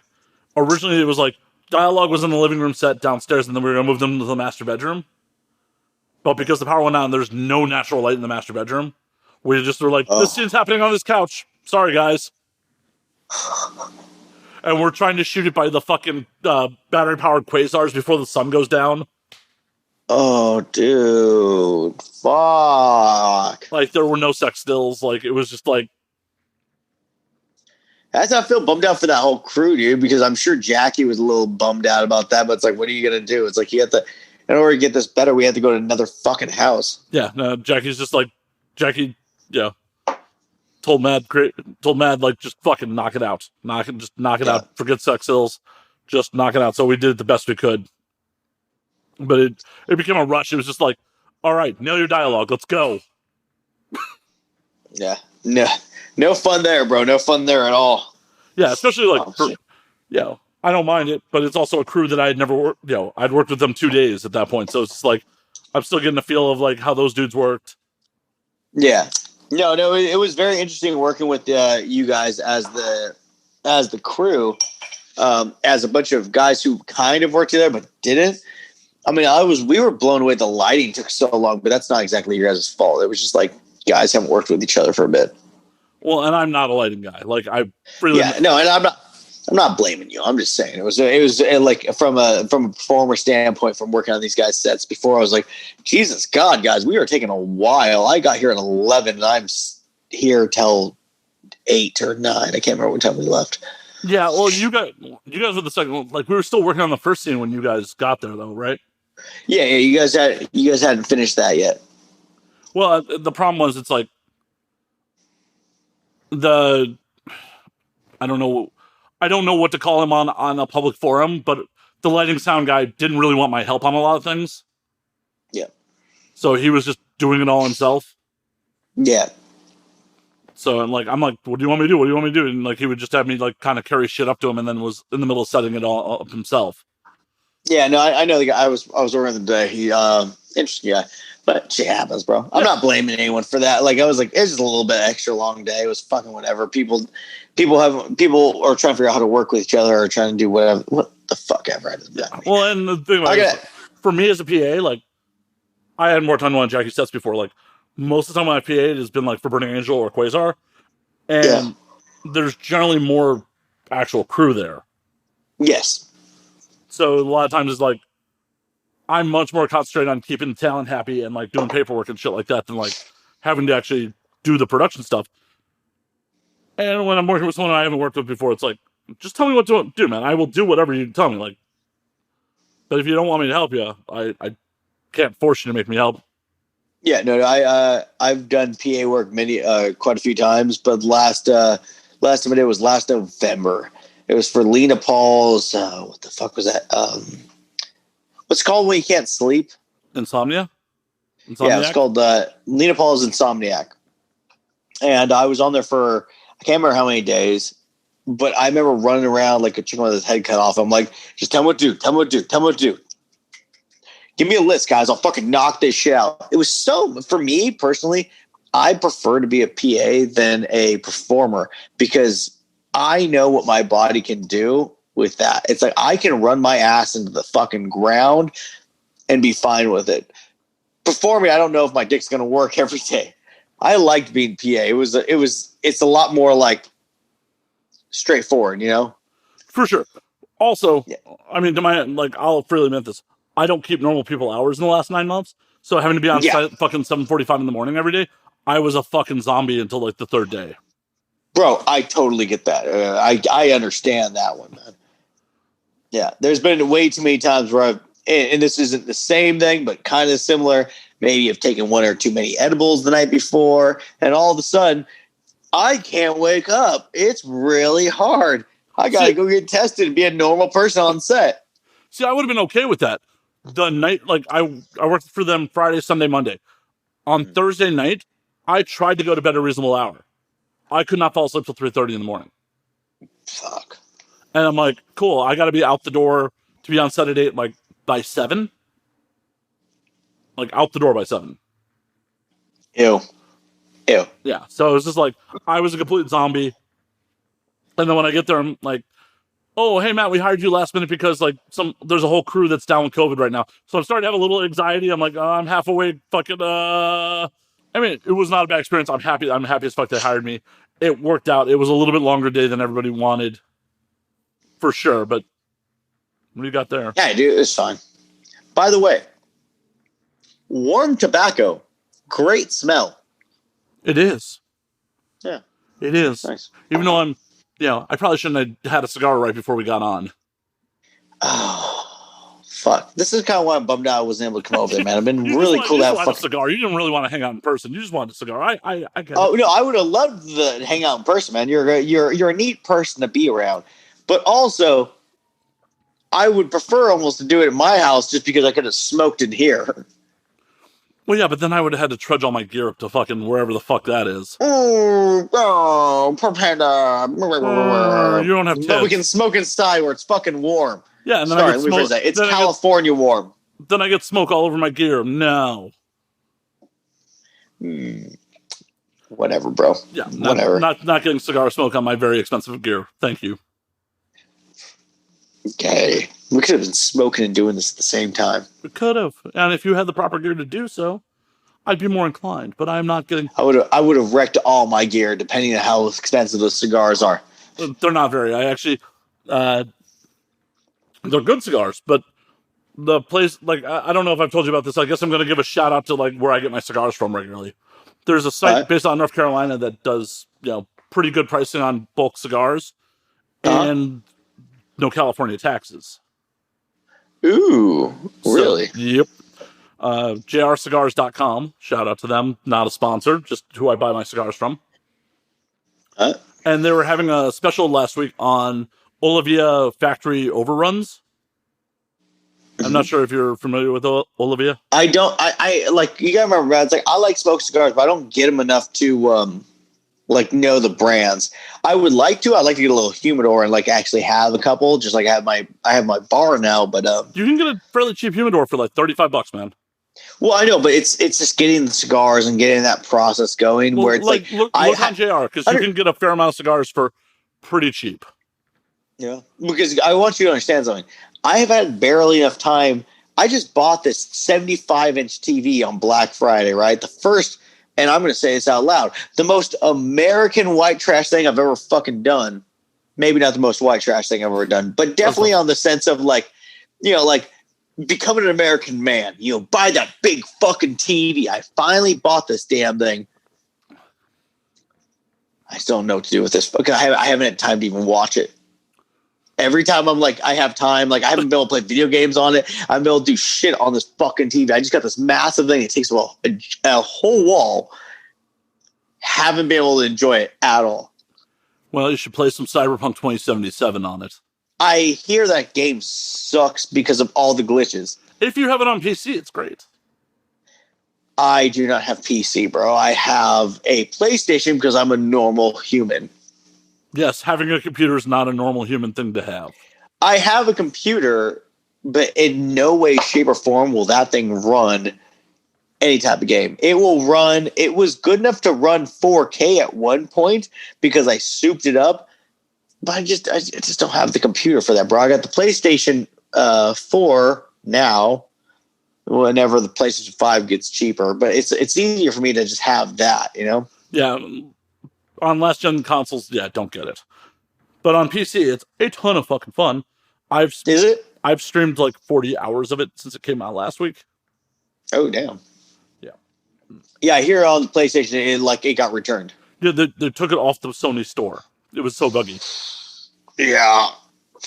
But if, like, the PC version with my high-end box, it has had a couple game crashing bugs, but for the most part, plays great. Oh, good. Yeah. So tell me, explain that game to me, because I see posters of it everywhere and I want to play it. I want to check it out, but I just don't know anything about it. It's an open world first person RPG. Like, did you ever like play Fallout 4 or Fallout New Vegas? Yes. So it's that sort of style where like it's for a first person shooter, but you have levels and skills and you have different dialogue interactions based on your skill points. Okay. But it's set in 2077 in like a near future where people are all cyber augmented and shit. Like my tune, I went really heavy hacking, and you can hack opponents and make like shut off their eyes and shit. Dude, that's fucking crazy. Yeah, it's fun. Like a lot of times, I'll apologize to anyone who's not down for the deep nerd shit that's about to come this way, but sorry. We get nerdy, bro. Let's do it. It does. It happens. I start off most missions like trying to stealth it, and like if I see a guard, I'll be like, I shut off your eyes. I fucking hit you with this hack where like you can't communicate with other guards, and then I choke them out, and then I hide their bodies, and then I repeat process until I fuck that up, and then start shooting people. Gotcha. All right. Sounds cool. I know the game looked interesting and fucked. It was just the fact that like PlayStation won't run it now. Yeah, do not get it on PlayStation 4, but it's beautiful. You know, it's beautiful. It's really in depth. It's some of the side missions are, I mean, the main plot's pretty fucked up. I'm not gonna spoil the main plot, but like some of the side missions are super fucked up. Like I did a side mission the other day on stream where you get hired by a guy to kill a guy who killed his wife, right? And the guy's in police custody. You go to attack the convoy where they're transporting this dude. The cops gun down the guy who hired you because he wants to shoot the guy himself. And the convict is like, oh, no. My character's perfect. I want him to come with us. And apparently, this dude has found God and has agreed to basically have his crucifixion filmed for New Tech VR, for a VR studio to sell it for his execution instead of being executed in prison. Oh. Yeah, like there's fucked up shit like that. Is he going to give the money to his family?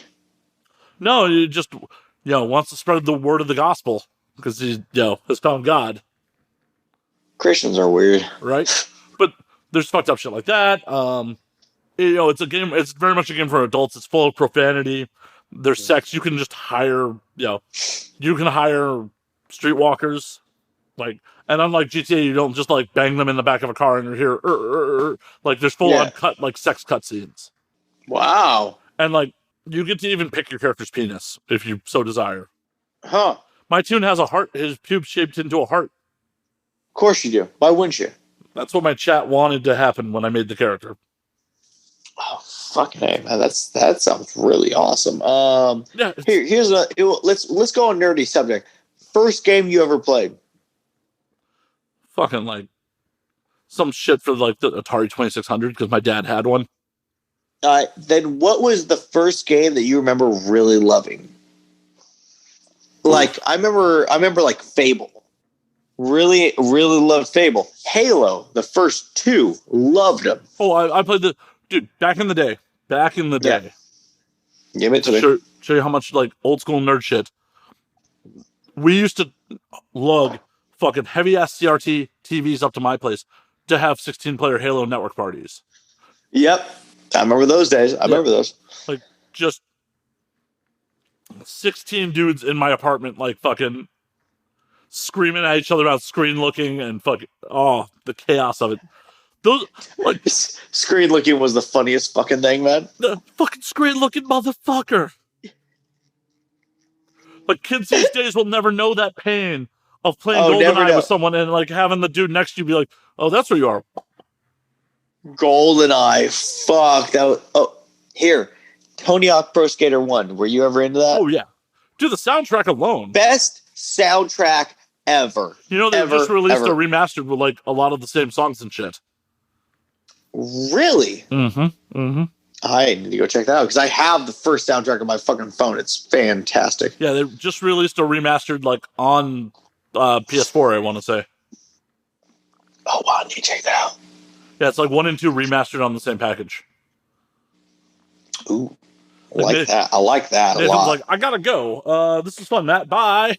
Yeah, I need to go masturbate and listen to this fucking soundtrack, bro. Apparently. What, have you ever had sex to Superman?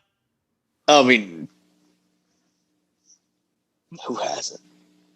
Right. Who hasn't? I think that soundtrack really put Goldfinger on the map a bit more. Like, they're already a fairly big band, but still. Yeah, most of their songs are not that great. I mean, Here in My Bedroom's a great song. No, they have some good ones. It's just like, dude, there's a lot of their songs that, like, they don't do for me, especially the newer songs. They get very political, and I'm just like, I'm not into this, guys. I'm not. Wait a minute, Goldfinger made albums past the 90s? Yeah. They went the Green Day route, with really political with shit, and I'm like, there's at a certain point, guys, I don't fucking want to listen to your fucking weird horseshit propaganda because you guys were a pop punk band. Or no, you guys were a pop ska band. Right. I'd say pop punk ska band, whatever you want to call it. I don't really want to listen to your political agenda. If you were Rage Against the Machine, you've been political from day one to now. I will listen to you because it's always that. But when you're something that went from, let's talk about masturbating in the corner, or the fact that we couldn't find girls at the fucking high school party, and now we're talking about how, I guess what would have been the last one they would have done? George Bush is the devil, something like that. I don't care. I get that people morph into new things. They want to make better and more epic music. I really always have a hard time listening to a band that wasn't political and now is political, That makes sense. It just made me realize something. Maybe I'm wrong for saying that. Maybe I'm wrong. It's all a matter of personal preference. But that just made me realize something. Like, the Reagan era and then W. Bush's era produced a lot of really good music. Like, when America is under, like, going through some bullshit, as it were, it tends to pump out a lot of really good music. Where's all the good music been during Trump's fucking administration? It's seriously, like, during, like, post 9/11, the Iraqi war, fucking the Cold War with Reagan, there's so much good music that came out of it that, like, even stuff that is about it but isn't, like, especially the 80s, like, 99 Red Balloons, or such a good song. Right, or My Future's So Bright That I Gotta Wear Shades, it's about nuclear war, or there's so much shit like that, like, and then there's, a bunch of shit that was good during the Bush administration. Where the fuck has this shit been for the Trump administration? Like, we've had 4 years of some bullshit. Where's the good music out of it? Yeah. How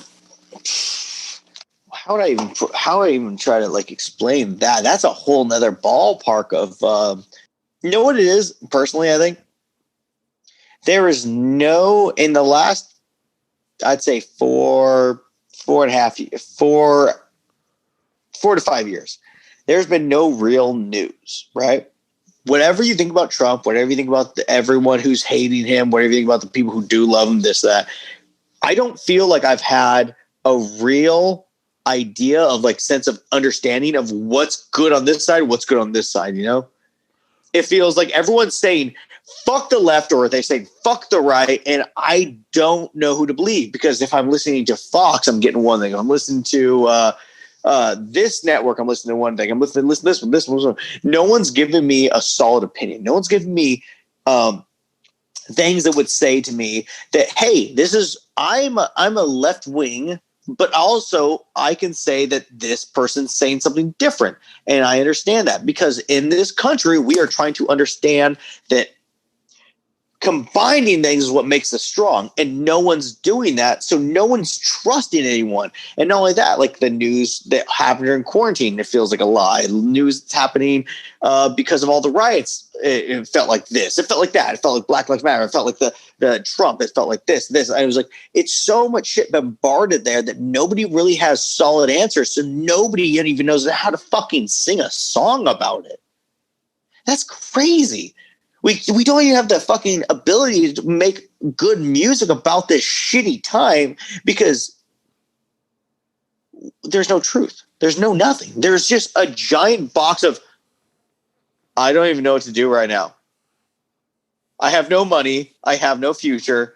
This is where I've been. I was like, I don't know what's happening in the next couple months, so I'm taking every job I can, because I don't know when I won't have any money anymore. And so I think musicians are kind of in the same spot. It's like, I would love just to bitch about shit, but if I want to make an album that's going to last through the times, I want to give it something that's going to be like, people can look back then and be like, oh yeah, this shit happened. So well, yeah, if I mean, was, you look at fucking Fortunate Son, you know, yeah, a song about Vietnam, still fucking played to this day. So good. But again, that'd be the reason I would say that there has been no solid music done right now, is just because we have no fucking facts. Well, I'm not to say when was the last time you had a fact? My poop this morning was 1987. I don't. My poop this morning was not as solid as I would have liked. That was a fact. But that's a fact. But you know that because you did it. I did. You're not in Washington listening to these fuckers talk. You're not in. Here's a good example. This is something that's more up our alley. When were we able to go back to work? When quarantine happened, when were we able to go back to work? We get tested more than everyone. I have been tested 140 times since July. At one point, I was not allowed to work. I get tested for STDs. We're in an industry that we get tested so much it doesn't fucking matter what happens. Yet we were not allowed to shoot. No one gave me a good reason why. I'd ask my agent. I'd ask FFC. I'd ask all these people. No one gave me a good answer. You look at what's happening in America. No one gave me a good answer. There was never good answers on anything. Well, and the thing about it is, like, I've talked about this on air. I honestly feel like the entertainment in general probably shouldn't have gone back to work. Like, just as much as, you're getting tested every day, but there's still it's unlikely, but there's still a chance that you unknowingly get infected between when you got tested and when you made it to set. Yeah, true. It's not like STD tests. It's not like STD tests where you make a conscious choice not to fuck somebody. I agree. But at the same time, I would like to point out the fact that as consenting adults to everything I do, I mean, if I was back in the time where their AIDS was more prevalent and I consented to it, I consented doing a scene with someone, is that would someone be there to tell me I shouldn't do that? But here's the difference. Or because I'm a consenting adult, is it my choice? Anyone who's on that set with me is a consenting adult, and we are there to make money, because at a certain point, our government's not giving us money to pay for the fact that we are not making any money because you told me I couldn't work. Right, and that's where the government fucked us.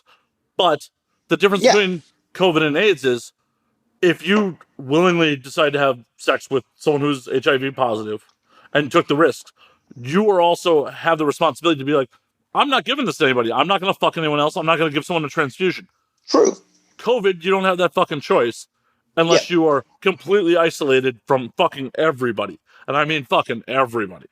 Very true. And I would like to make the point that I'm not saying it is a good idea to go out and do these jobs. I'm not saying it's a good idea to go out and work. I am saying the fact that as a human, as a person who's over a certain age, I need to be able to make money. Oh, I agree.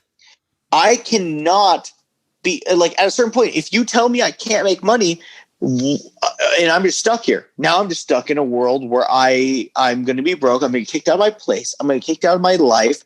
I will lose everything I own because the people above tell me I cannot work. Well, and that's do the what one thing I know I can do on a daily basis, and you're not letting me do that. Now, I know that the people around me, if I contracted COVID, I know that people around me get sick, but I think that is a risk we are all willing to take at a certain point because I am so sick and tired of being told I cannot go do something because of something that I think could kill me.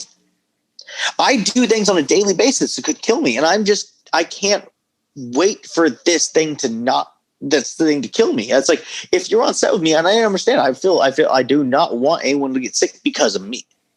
Hence why I never was an escort, but I don't escort.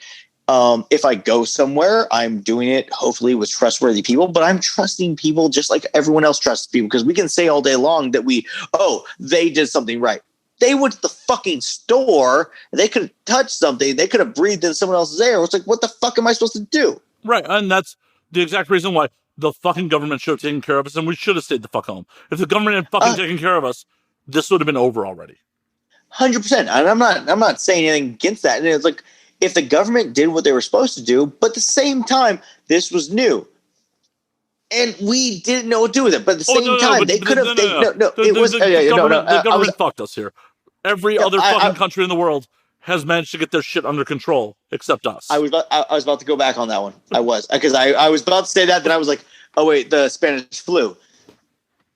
And no, 100%. Every other country, Canada paid out this much. Fucking Australia paid out this much. UK paid out this. Blah blah.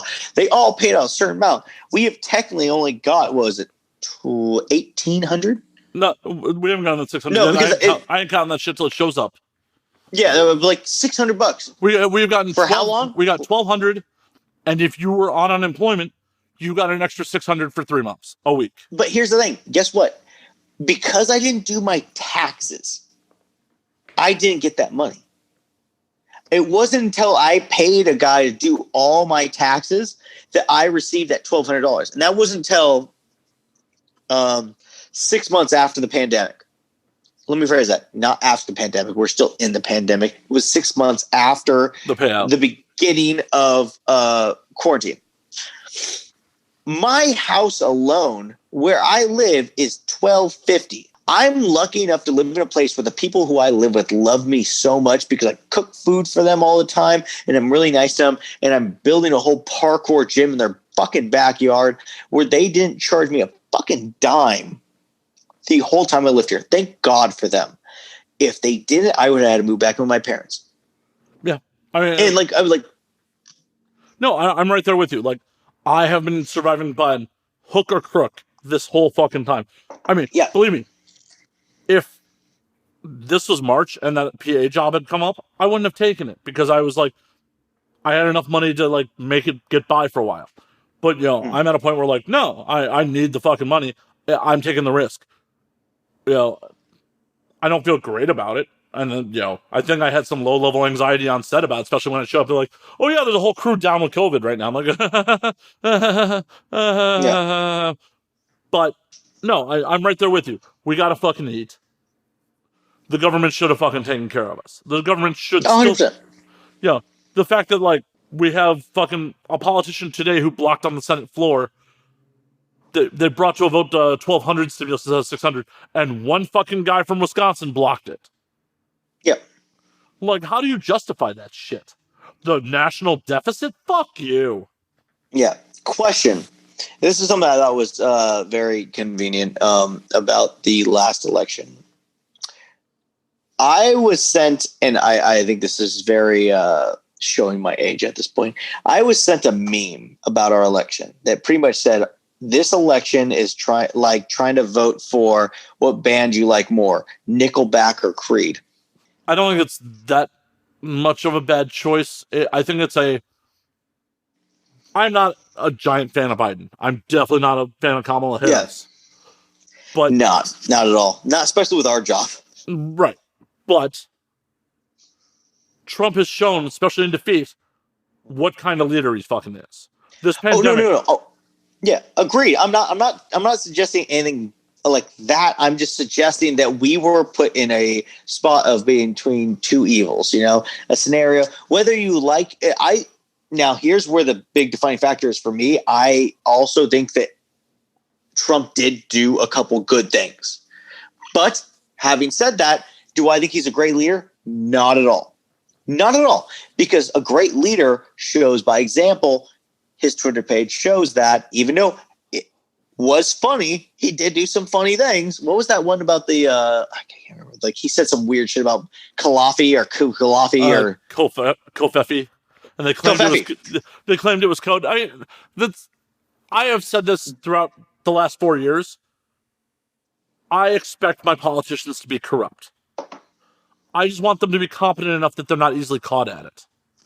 Good. That's how it is. And the fact of the matter is that like Trump is showing in his loss how he's handling it, that he's trying to essentially incite a second civil war over this shit. Yeah. Or the fact that like there were no good national plans on how to handle this pandemic. The fact that we were allowed to fucking have our benefits expire in fucking July and nothing else came. Yeah. Like that's garbage. No, I 100% agree. 100% agree. I'm not arguing with any of those points. It was just the fact that it's like these last, I wish we could have had a better politician given to us at a certain point. At a point where America needed the most, a point where you got to remember, at the deepest root, and this is not a popular opinion for a lot of people, I'm a very, very patriotic person. I love living in this country. I never want to live anywhere else. I love being here. I know a lot of people who moved over to this country and they still think it's the land of opportunity, and I love it. That may have came from the fact that when I was young, I used to go build churches down in Tijuana for people who was not as fortunate as me. And I built that because my dad was a pastor. And so we used to go do that. And so seeing that kind of poverty and then coming back over to America, and you really kind of gain a respect for that. And so I love being in this country. And it's very sad to me to see people who don't. But also it's even sadder to see something that went from the most powerful political that came out wrong. Sorry. it went what a terrible time. And it's such an uproar of how I was going with this. Right.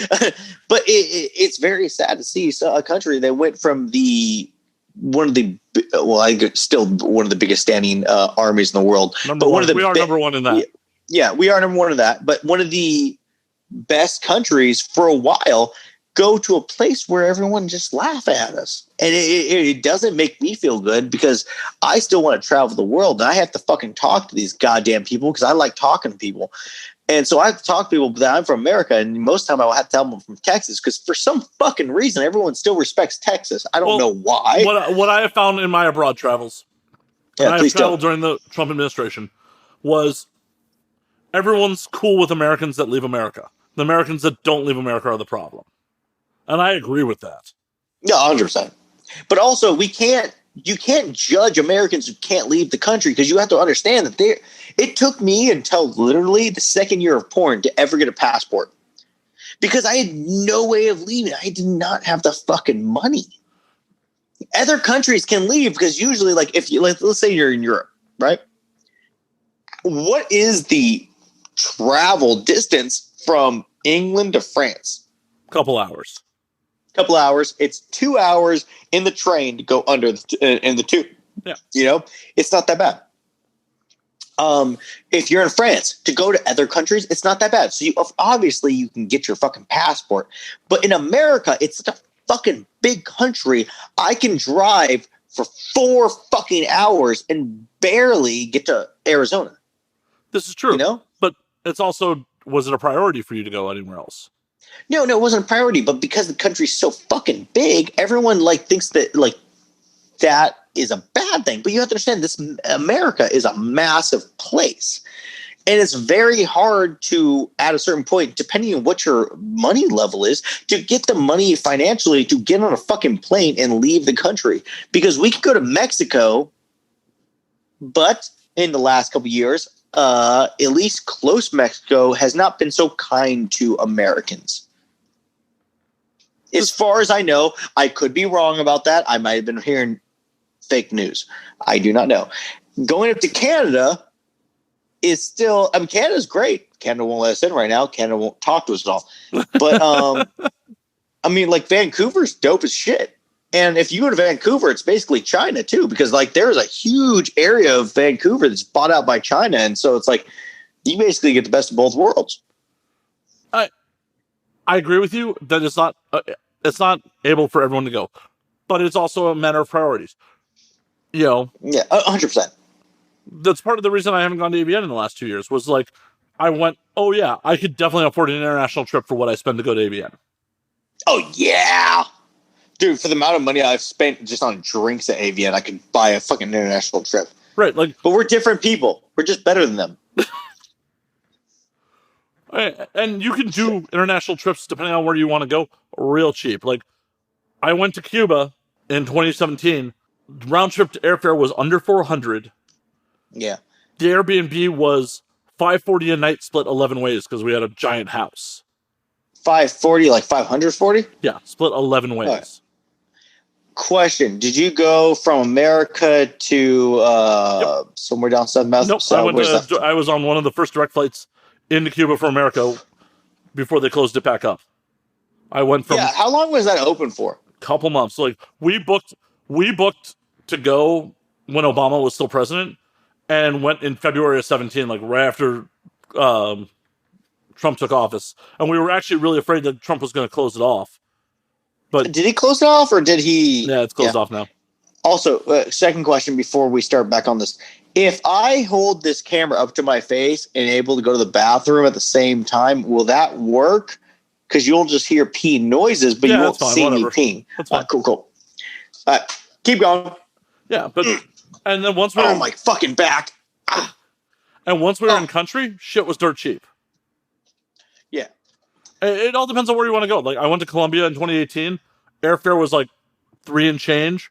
Our Airbnb was $30 a night. And that was split between multiple people. Okay. That's not bad. How was the food? Amazing. We did some fine dining for like $20 a head. Like fine dining, like 12-course meals, or like what? Like upper end steakhouses and shit like that. We went to this one place called Armadillo. And this was a nice enough restaurant, or we stuck out so fucking badly because we went there twice. On the second time, they're like, "Gentlemen, would you like your same table?" Fuck yeah, dude. Yeah. Of course I want my same table. I want to feel fancy. Right, exactly. Like, you motherfuckers remember us? I mean, it could be just that we're the scumbag gringos that rolled it in fucking Bogota, but... I mean, 100% that's probably what it is. But at the same time, I'm like, yes, Bitterman, get me my same table. Yes, sir, my name is this. No. Yeah. But that's awesome. There was a lot of that. Like, but it still came out to like $20 a head with drinks, steaks, fucking seafood. And then eating on street levels, we were getting like seven empanadas for under $1. Damn. That's good, man. Dude, I fucking love empanadas. God damn, I love empanadas. Oh, yeah. No, Colombia, like, I did not think I was going to have as good of a time in Bogota as I did. Like, Bogota was rad. Yep. It's a lot sketchy in places, but it's a lot of fun. No, I'm sure. And you can definitely tell that, like, this is a country that's seen some fucking real strife in not so long ago. Because Bogota's the capital, if you get near any of the government buildings, there is a, like, military perimeter of dudes with AK-47s. Like, just with checkpoints that you just got to walk through to get near any of the government buildings. Like, within blocks of them. Jesus fucking Christ. It's, you know what, dude, I gotta say, and it's going back to, like, definitely quarantine and whatnot. Being able to see people with guns and like machine guns, we're in a country that allows those things, right? But being able to see military men with weapons on the street near you is a very interesting thing for Americans to see, I think. Oh yeah. Oh no, it definitely is because when I flew into Charles de Gaulle Airport in 15 on my way to South Africa, like the French military just had fucking full armored military personnel, fucking AR, M16s in the airport, and that Yeah. was something you haven't seen in America since 9/11. Oh. Like when I see Al Qaeda or whatever, some fat fuck with an AR just rolling around, it's just like I don't really think that guy's a threat. Like, Question: Did you go around during the protest at all? I did not, just because of COVID concerns. You understand? I happened to go down to one of the protests or two of the protests because I had a buddy that was going down there and he was hell bent on going. Right? And this may sound very cocky in a way, but I went down there to make sure that he was going to be okay because I have been in scenarios where I have fought large groups. Like I know how to fight in those scenarios. It just made sense to me to go. And also I was told by multiple people, like my sister hit me up and she's like, hey, I don't know if I want to come to LA because I don't know if as a white person I'm going to be pulled out of my car and have the shit kicked out of me. And so as a person who likes to learn and as a person who likes to understand how everything's going, I was like, let me go down there because I'm not afraid. I'll get my ass beat. I'm fine with that. And I want to see what this is. I want to see what this is about because I don't understand at all. I very much didn't understand. And I remember the first day we walked down there, down to downtown LA, and I remember seeing all the National Guards on, like it was like 20 feet apart, every guy, gun, right? And I'm sitting there, we're walking past, I'm like, the fuck is this? This is crazy. This is insane to me because I haven't seen this kind of shit. I was just downtown LA the other day doing flips off stuff, and so seeing all these guys with guns, it's a very interesting feeling. Also being toe-to-toe with cops, knowing that I'm gonna have to fuck these guys up was a very interesting feeling too. And I'm not saying either way this was right. I didn't never want to fight a police officer because also my cousin's a cop, I don't want to do this. I just almost got to a point where I thought I was going to have to. Yeah. And so I'm very happy nothing ended up happening the whole time we're out there because I don't want to be in that spot. I don't want to go to jail again. It's not fun, but it's the whole thing was so surreal. Just seeing downtown LA with military guns, this, that, you see the troop transports and everything. It's such a strange time to be around. And I can only imagine it's the same thing that happened when the LA riots happened back in the day, or when the Spanish flu happened before that. There must have been a similar feel to that. Well, and I don't think it was quite as crazy in those times because police forces weren't quite as militarized at those points. Yeah, true.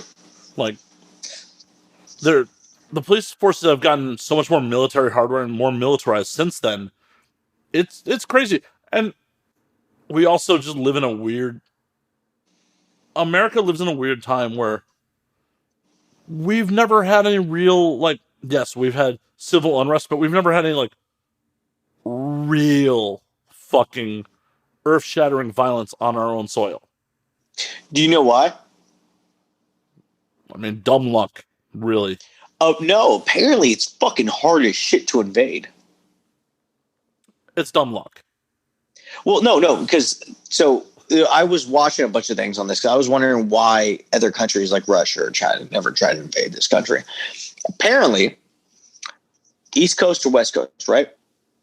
We have so many bases along the edge right there. And this is a long end of story, but you have so many bases along there. So you have to come through and try to land. It's going to be borderline, you're going to lose a lot of people. So number-wise, it's going to be not that good. If you try to come through South America, right, you end up having to come through Mexico, and it's a lot of dead stuff. We have a lot of bombers that will just bomb the shit out of you.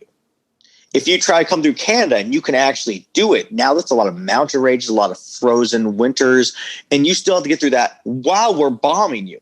So it's kind of a spot in the world where it's very hard to attack because we decided to put the military bases here and weren't able and never gave you a good foothold, because one thing we do have is a solid military and we won't give up that kind of ground, and then also the fact that we have a giant naval.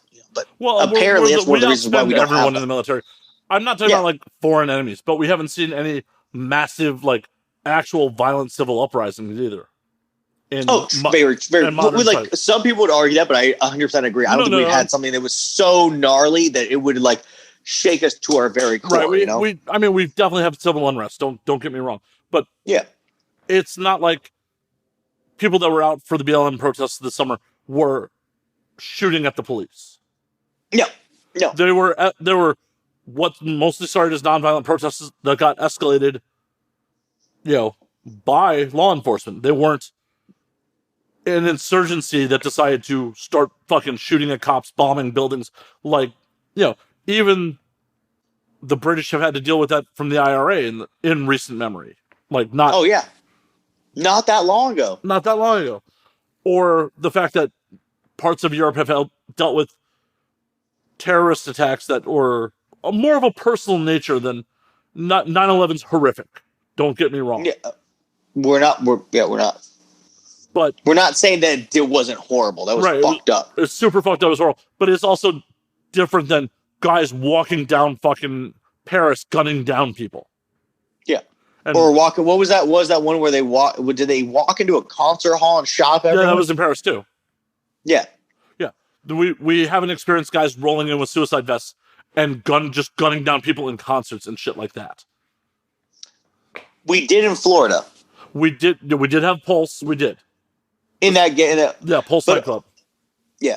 But so that was that. But I do understand what you're saying. We had little bits, but not as much. Also, I think some of this, the gravity on us, besides the Civil War, we've never had fights on us and on our lands like that. Besides what Civil War, the War of 1812, which was nothing barely in modern anything. History. Nothing in modern history.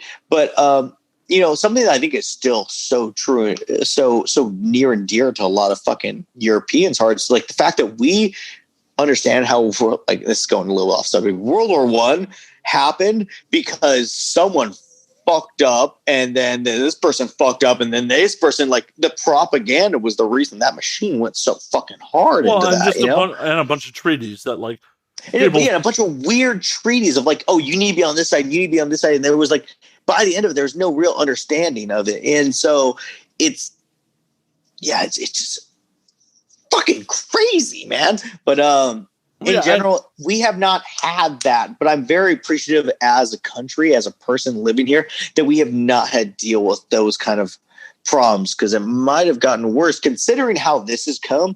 The fact that if our America went to a point where we had more violence in that sense, do you think that they wouldn't make some kind of Gestapo, like fucking military action force that was going to make sure that we stayed in home and did all this? And that was what would really worry me. I mean, I don't know. I am, like, if you asked me 10 years ago, I'd be like, no, that couldn't happen. This is America. I don't know anymore. And like, you don't know. I don't think we're out of the woods yet with like it not escalating to violence. Like, as more and more Americans become disenfranchised with our system, there is a higher likelihood of people actually inciting violence to enforce their beliefs, no matter what side you're on. As the fact that, like, our government is failing us, no matter what side you're on, the government is failing us. The fact that we're referring to this as what side you're on, we're all fucking Americans here, but so many of us Americans don't view it as you're my fellow American. They're like, oh, you're a liberal cuck, or you're a MAGA fuck. It's not. We're all fucking Americans. We should all be looking for policies that benefit Americans, not one side or another. And that's the problem. I'm going to add on to this real fast, because if anyone ever want to know my opinion on this scenario, I would like to say, I don't care if you're liberal. I do not care if you're Republican. I don't care if you're a Nazi. I don't care if you're fucking. I do care if you're a Nazi. No. Listen. I'm going at this a very strong way because I want to make this point. I don't care if you are you're black and you hate all white people. I don't care if you're Mexican, you hate this, you this. I honestly, my opinion matters as much as the fact that I want, as a person in this country, for you to have your own opinion. I don't give a fuck what it is. You know why? Because I wanted at a certain point to be able to look at you, whatever your race, whatever your nationality, whatever your fucking religious, moral and or not religious, your Republican or your national anthem, whatever you want. I do not care. As long as you're willing to talk to me, as long as you're willing to listen, and as long as you're willing to understand that we have differences. That's what I care about. That's what I want. And that's what this country was supposed to be founded on. And I don't think that is a thing that's been happening as lately because everybody wants to do this cancel culture shit. And I just don't want to deal with it. I want to be able to discuss an opinion with you without being told I'm a piece of shit because I'm working through ideas. And that is what we should be doing. Not just telling you you're fucking wrong. We want to listen. We want to learn. I'm here to understand you. I agree. But the problem is, I don't agree. I don't agree with Nazis. I don't agree with people who call, like, from the other side. If black people call all white people piece of shit, I don't agree with that. If Mexicans call every other race a piece of shit, I don't agree with that. I don't agree with anything that cancels out every other race. I do not agree with any of these people. But I'm going to sit there and listen to you because I want to know why and how you got to this point. Because the only way to change someone's mindset is not to tell them they're a bad person, not tell them they're a piece of shit, but is to listen to them and understand why they got to that point. And maybe over time, get them to change their mind. It's not a quick way of dealing with it, but it is a way of dealing with it. I agree. I mean, I literally did this today. Yeah. I posted on my personal Facebook a post about standing with sex workers and sex worker, or was it Sex Worker Violence Day, Remembrance Day, or some shit. I'm misquoting. That's a day? It was. Hold on, I will just pull it off my fucking phone real quick. I posted, sex workers deserve respect, protection, and love, no matter what their experience is. International Day to End Violence Against Sex Workers. That's what I posted. Yeah. One of my friends posted a laughing emoji as a response, which obviously, with a lot of sex workers in my life, garnered some pretty nasty responses on the Facebook post. Yeah, it's not a great place to put doing that, man. No, and like someone responded with, well, that's an easy person to delete. I'm like, no, I'm not going to delete them. I'm going to ask them why they think this. Yeah. And I know that person. I know that person's background. That guy he's a street guy. Like, he definitely like lived a street life for quite some time. Like, I know him. He's actually a former coworker's little brother. Like, I've known him since he was a kid, like a punk kid. And then he ended up like in the streets. And like, I totally get that. Like, culturally, a lot of times, especially street level sex workers are looked down upon if you're in that kind of life. Like, you don't have the exposure to fucking sex workers as peers. They're dehumanized. That's part of the problem and the stigma is people dehumanize sex workers. So I said, what's up with that? And he's like, his first response was like, are y'all talking about escorts or are you guys talking about crackheaded hookers? I'm like, all sex workers are people, man. And they all fucking deserve, from the woman working the person working the streets to the person who's making $50K a night and everyone in between, are all people and deserve to work in a safe environment. Yeah. And, because of discrimination and criminalization, they don't often get that. That's all we're fucking saying here. And he's like, I didn't know. Yeah. He also talked a lot of shit to the person who told him to me to delete him, but that was a whole nother story. Yeah, but you're gonna do that because someone who deletes you, whether or not, you know what I used to say, and I'm gonna say I'm fine saying this at this point.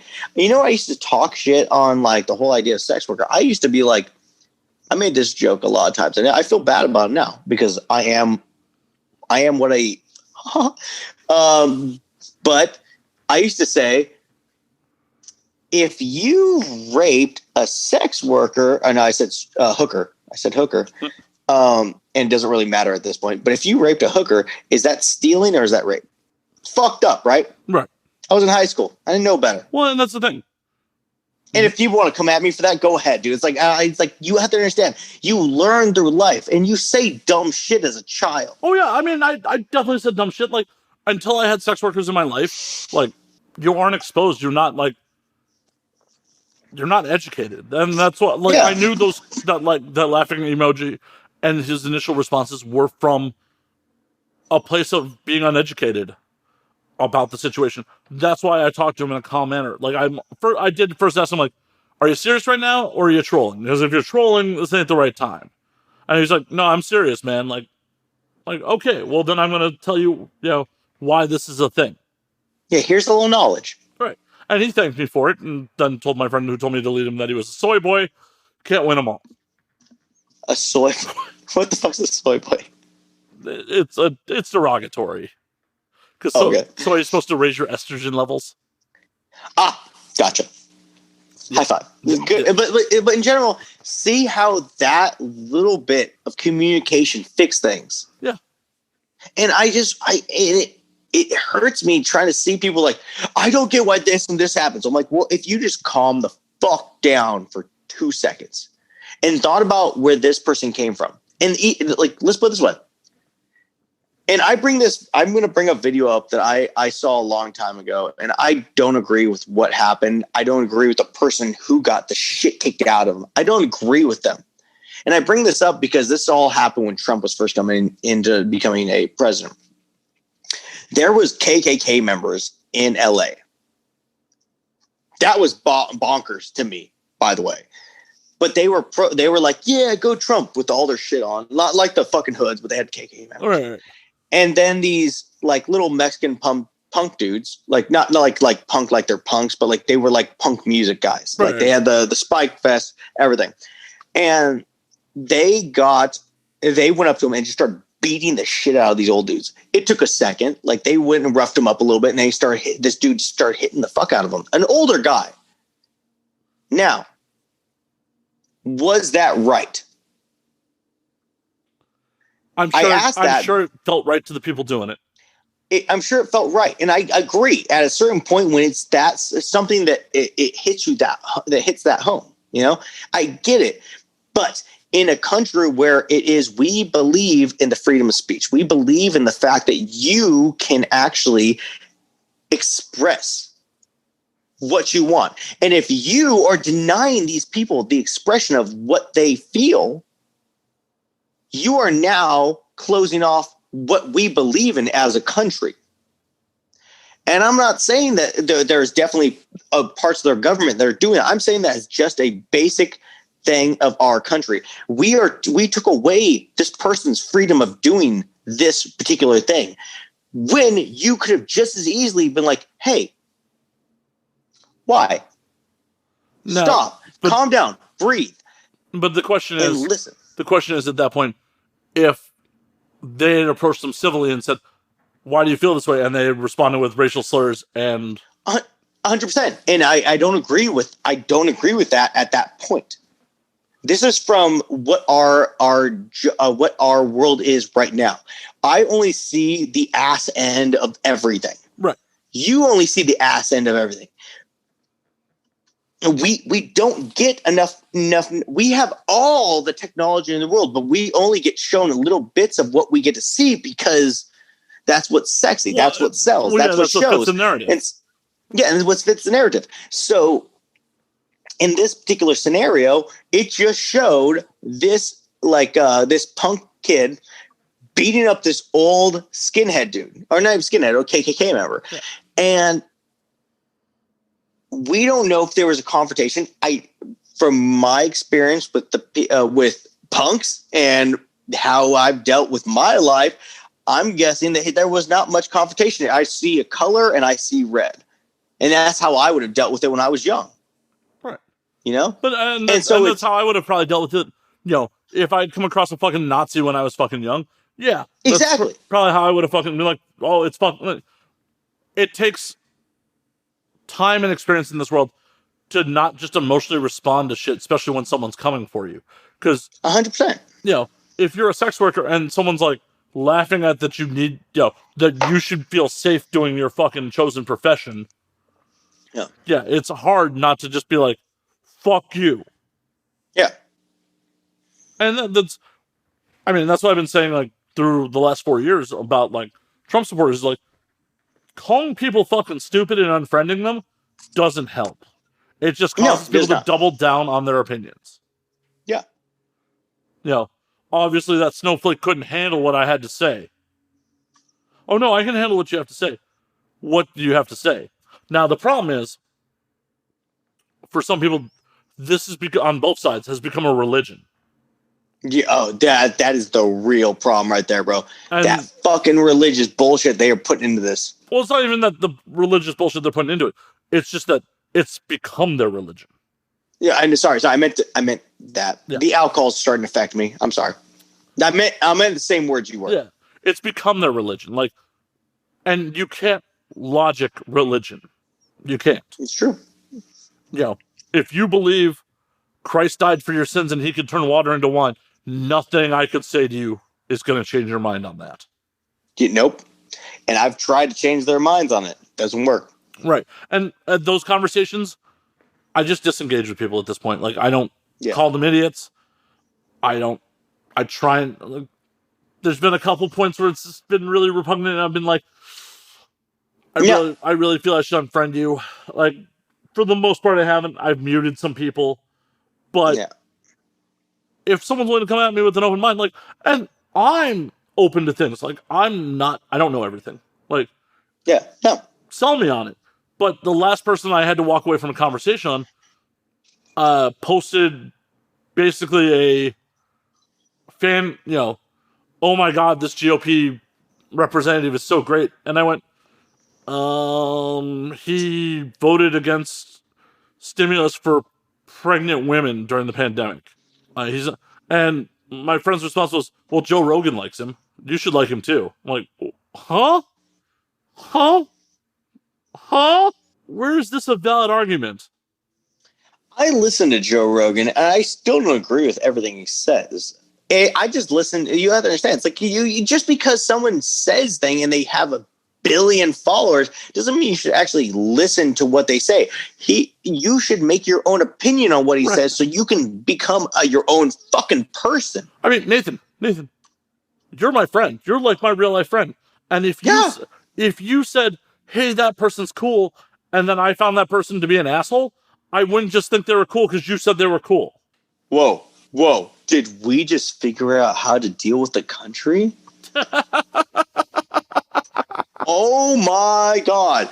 Just because some fucker says it's a good idea doesn't mean it is. But that's the problem. It is. It absolutely is. I digress. But it was just mind-boggling to me to for someone who I respect and I felt had thoughts of their own to respond with well, Joe Rogan likes them. You should too, because I like Rogan. Cool. I don't know Joe Rogan. Just because I am entertained by him and value some of his opinions doesn't mean that I'm going to take everything he fucking says as gospel. Yeah. And even if I knew Joe, and even if he loved that dude, if I thought that dude sucks because of something he did, I'd still think that dude sucks. Yeah. And that's the thing, when people are are you a Republican or a Democrat? I'm like, it depends on the fucking issue. 100%. Dude, if you're so far left, you're retarded. Oh, sorry, you're dumb. If you're so far right, you're dumb. You can't be this because you're basically a serial killer or a fucking crazy person. You have your own fucking opinions. Listen to what you're thinking because listen to this. You know what I think about abortion? At certain points, I think it's great. I think the fact that a woman can make her own decisions and do what she is, I think that should be mandatory. 100%. Now, having said that, death penalty, I'm still okay with. Guns, I like. I like guns. But death penalty is theoretically I'm okay with it. In practice, I am not. I totally understand that. The reason in practice I am not is a lot of fucking people are wrongly on fucking death row. On a financial standpoint, because rightfully so, there are so many appeals built into the death row system, it ends up costing the system more to put someone on death row than it does to incarcerate them for the rest of their life. Agreed. So, and I understand that. But I'm just stating the opinions that are both on left and right. Right. Well, one of the ones that I think is very interesting, though, that people would not guess, because I would like to say I'm a very much an American person. And I think that ends up putting people thinking that I'm a very much Republican. When I'm neither. I'm neither one or the other. But I also think in a certain point, basic income. Yeah. Because the fact that in scenarios like today, in the time we're in, the fact that we have no way of giving our people money in a country that we've put so much effort into, it's fucking crazy to me. It is. In the fact, like a little bit of healthcare, a little bit of this, a little bit of that. Well, and honestly, I used to not even give a fuck about healthcare because I would say if I'm here, I'm going to pay for what I owe. But at the same time, if I had a hip replacement surgery, I can't pay for that shit. Right. I can't do it. Well, I can't do it with the fucking way the Medicare system is. And it's not an America problem. That is a Medi-Cal problem, and that's a problem with the fucking how the books are written on that. So it is. In my opinion, maybe if I don't know, maybe if I'm being stupid, I'm sorry. Well, and here's the thing. Here's how I pitch Medicare for all, universal health care for everybody. Just because today you have a good job with great health care doesn't mean tomorrow you will still have that job, or that your employer won't decide to downsize your healthcare package to make a better buck. None of it is guaranteed. Paying into the system would only benefit you potentially in the future. The same reason you have insurance in the first place. You may never use that insurance you pay into every month. Yeah. So paying into, more taxes into universal healthcare means that it's not tied to your fucking employer. Also, universal healthcare, or the current system also stifles entrepreneurship.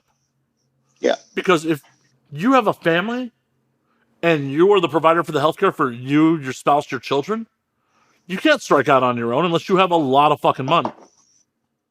Yeah. Who's going to provide the healthcare? If there's just universal healthcare, you could go start your own fucking business and not have to worry about that. 100%. And it's just very sad to see it like this, man. And we all knew where it was. It's a fucked scenario, and how do you get out of it? I don't know, man. I don't know. And the problem is...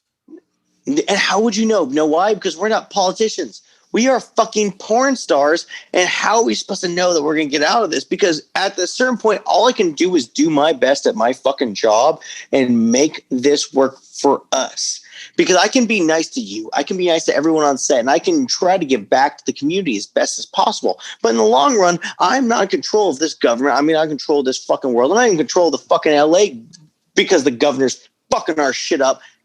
That's a whole nother ball of beans. But in general, it's like, I can't do nothing. What am I supposed to do? I can vote. Yeah. I can state my opinion. I could do... I just don't know, man. It becomes a place where, as the job that we're in, we right only now, can this do very what second, we we're doing can. what we can. We're stating our opinion on a public forum where other people can view it, and hopefully it shapes other people's opinions. Like, I'm not saying blindly follow what me and Nathan Bronson are saying right now, but fuck no, do not follow what I say in this whole podcast. Don't listen. I'm saying things that are my opinions, and I'm saying it's my opinion. I would like to point out it is my fucking opinion. You can take that and go with it whatever way you want, but that's all it is. It's an opinion. It is an opinion, and you can listen to it whether you want, but I want you to make your own. I agree. Because that is our fucking right. Yeah. I think that's the basis of this whole thing. Understand that you can make your own opinion. You can make your own following. You can do what you want as long as it's in the confines of making sure it's legal, I guess. But like, well, and as long as you're not maliciously harming others. Yeah, 100%. If you're not harming people and you're helping this country do better, isn't that what we all should be doing? I mean, that's the goal. That's the goal. It is the goal. It's like, let's just, and here's the problem. Because Trump did make a hat that said, "Make America Great." And it bums me out because I really want to say that quote. I like that quote. I do enjoy it, but I can't say it because unfortunately people think that is racist now. But I do want to make America better, and I would like this country to be better. I just want it. The slogan is "Make America Great Again." That's implying that America was not great before Trump got here. Yeah. It was, but like that. So. And America is not perfect. No place is. It's never been perfect, dude. There's no country that you could tell me that is perfect. And that's the beauty of it, because we are humans. We are what's the word? Fallible. Yes, we are fallible. Yeah, no, we're fallible. We are not going to make perfect decisions. Oh shit! My fucking Postmates is here. But we're not going to make perfect decisions. We're not going to make the best ones. But at the same time, that is our right as human beings. We can do that because we are not godlike. We are below that. I not believe in gods, but like we are below that idea. And we are here to make a structure for our whole economy and make ourselves better so we can one day take the fucking alien species out that are trying to kill us. We all saw Starship Troopers. This is where the world is going. I know it's a giant turn on what we were talking about, but in all the ways. It's all question. Good. So why don't we let you get your Postmates and get you out of here? We've been going 2.5 hours already. No. So, Nathan, we'll call last call. You can get your fucking food. Where can they find you on the things before you run? You can find me on Twitter at Nathan_Bronson. You can find me on OnlyFans, Instagram at Nathan Bronson 6.6.6. You can find me on TikTok at Nathan Bronson 6.6.6. You can find me on OnlyFans at Nathan Bronson. You can find me on YouTube at Hanging with Nathan. Guys, check out my videos. Those are a lot of fun. He's got a cooking show. It's pretty rad. It's delicious. I need to bring you on that pretty soon. I like to eat. I like to eat. Yeah. I'll feed you so you're not sick. Awesome. And so, yeah, that's my life. That's my gig. And I'm going to get a fucking skirt steak right now. So nice. And before Nathan runs, as always, you can find me at Matt_Slayer on Twitter, Matt Slayer on Instagram, Matt F. Slayer on Facebook, twitch.tv/Matt F. Slayer. You can find the podcast at Now We Drink on Twitter and Now We Drink _ on Instagram. And until next week, drink up, motherfuckers. Cheers, sir. Cheers. Now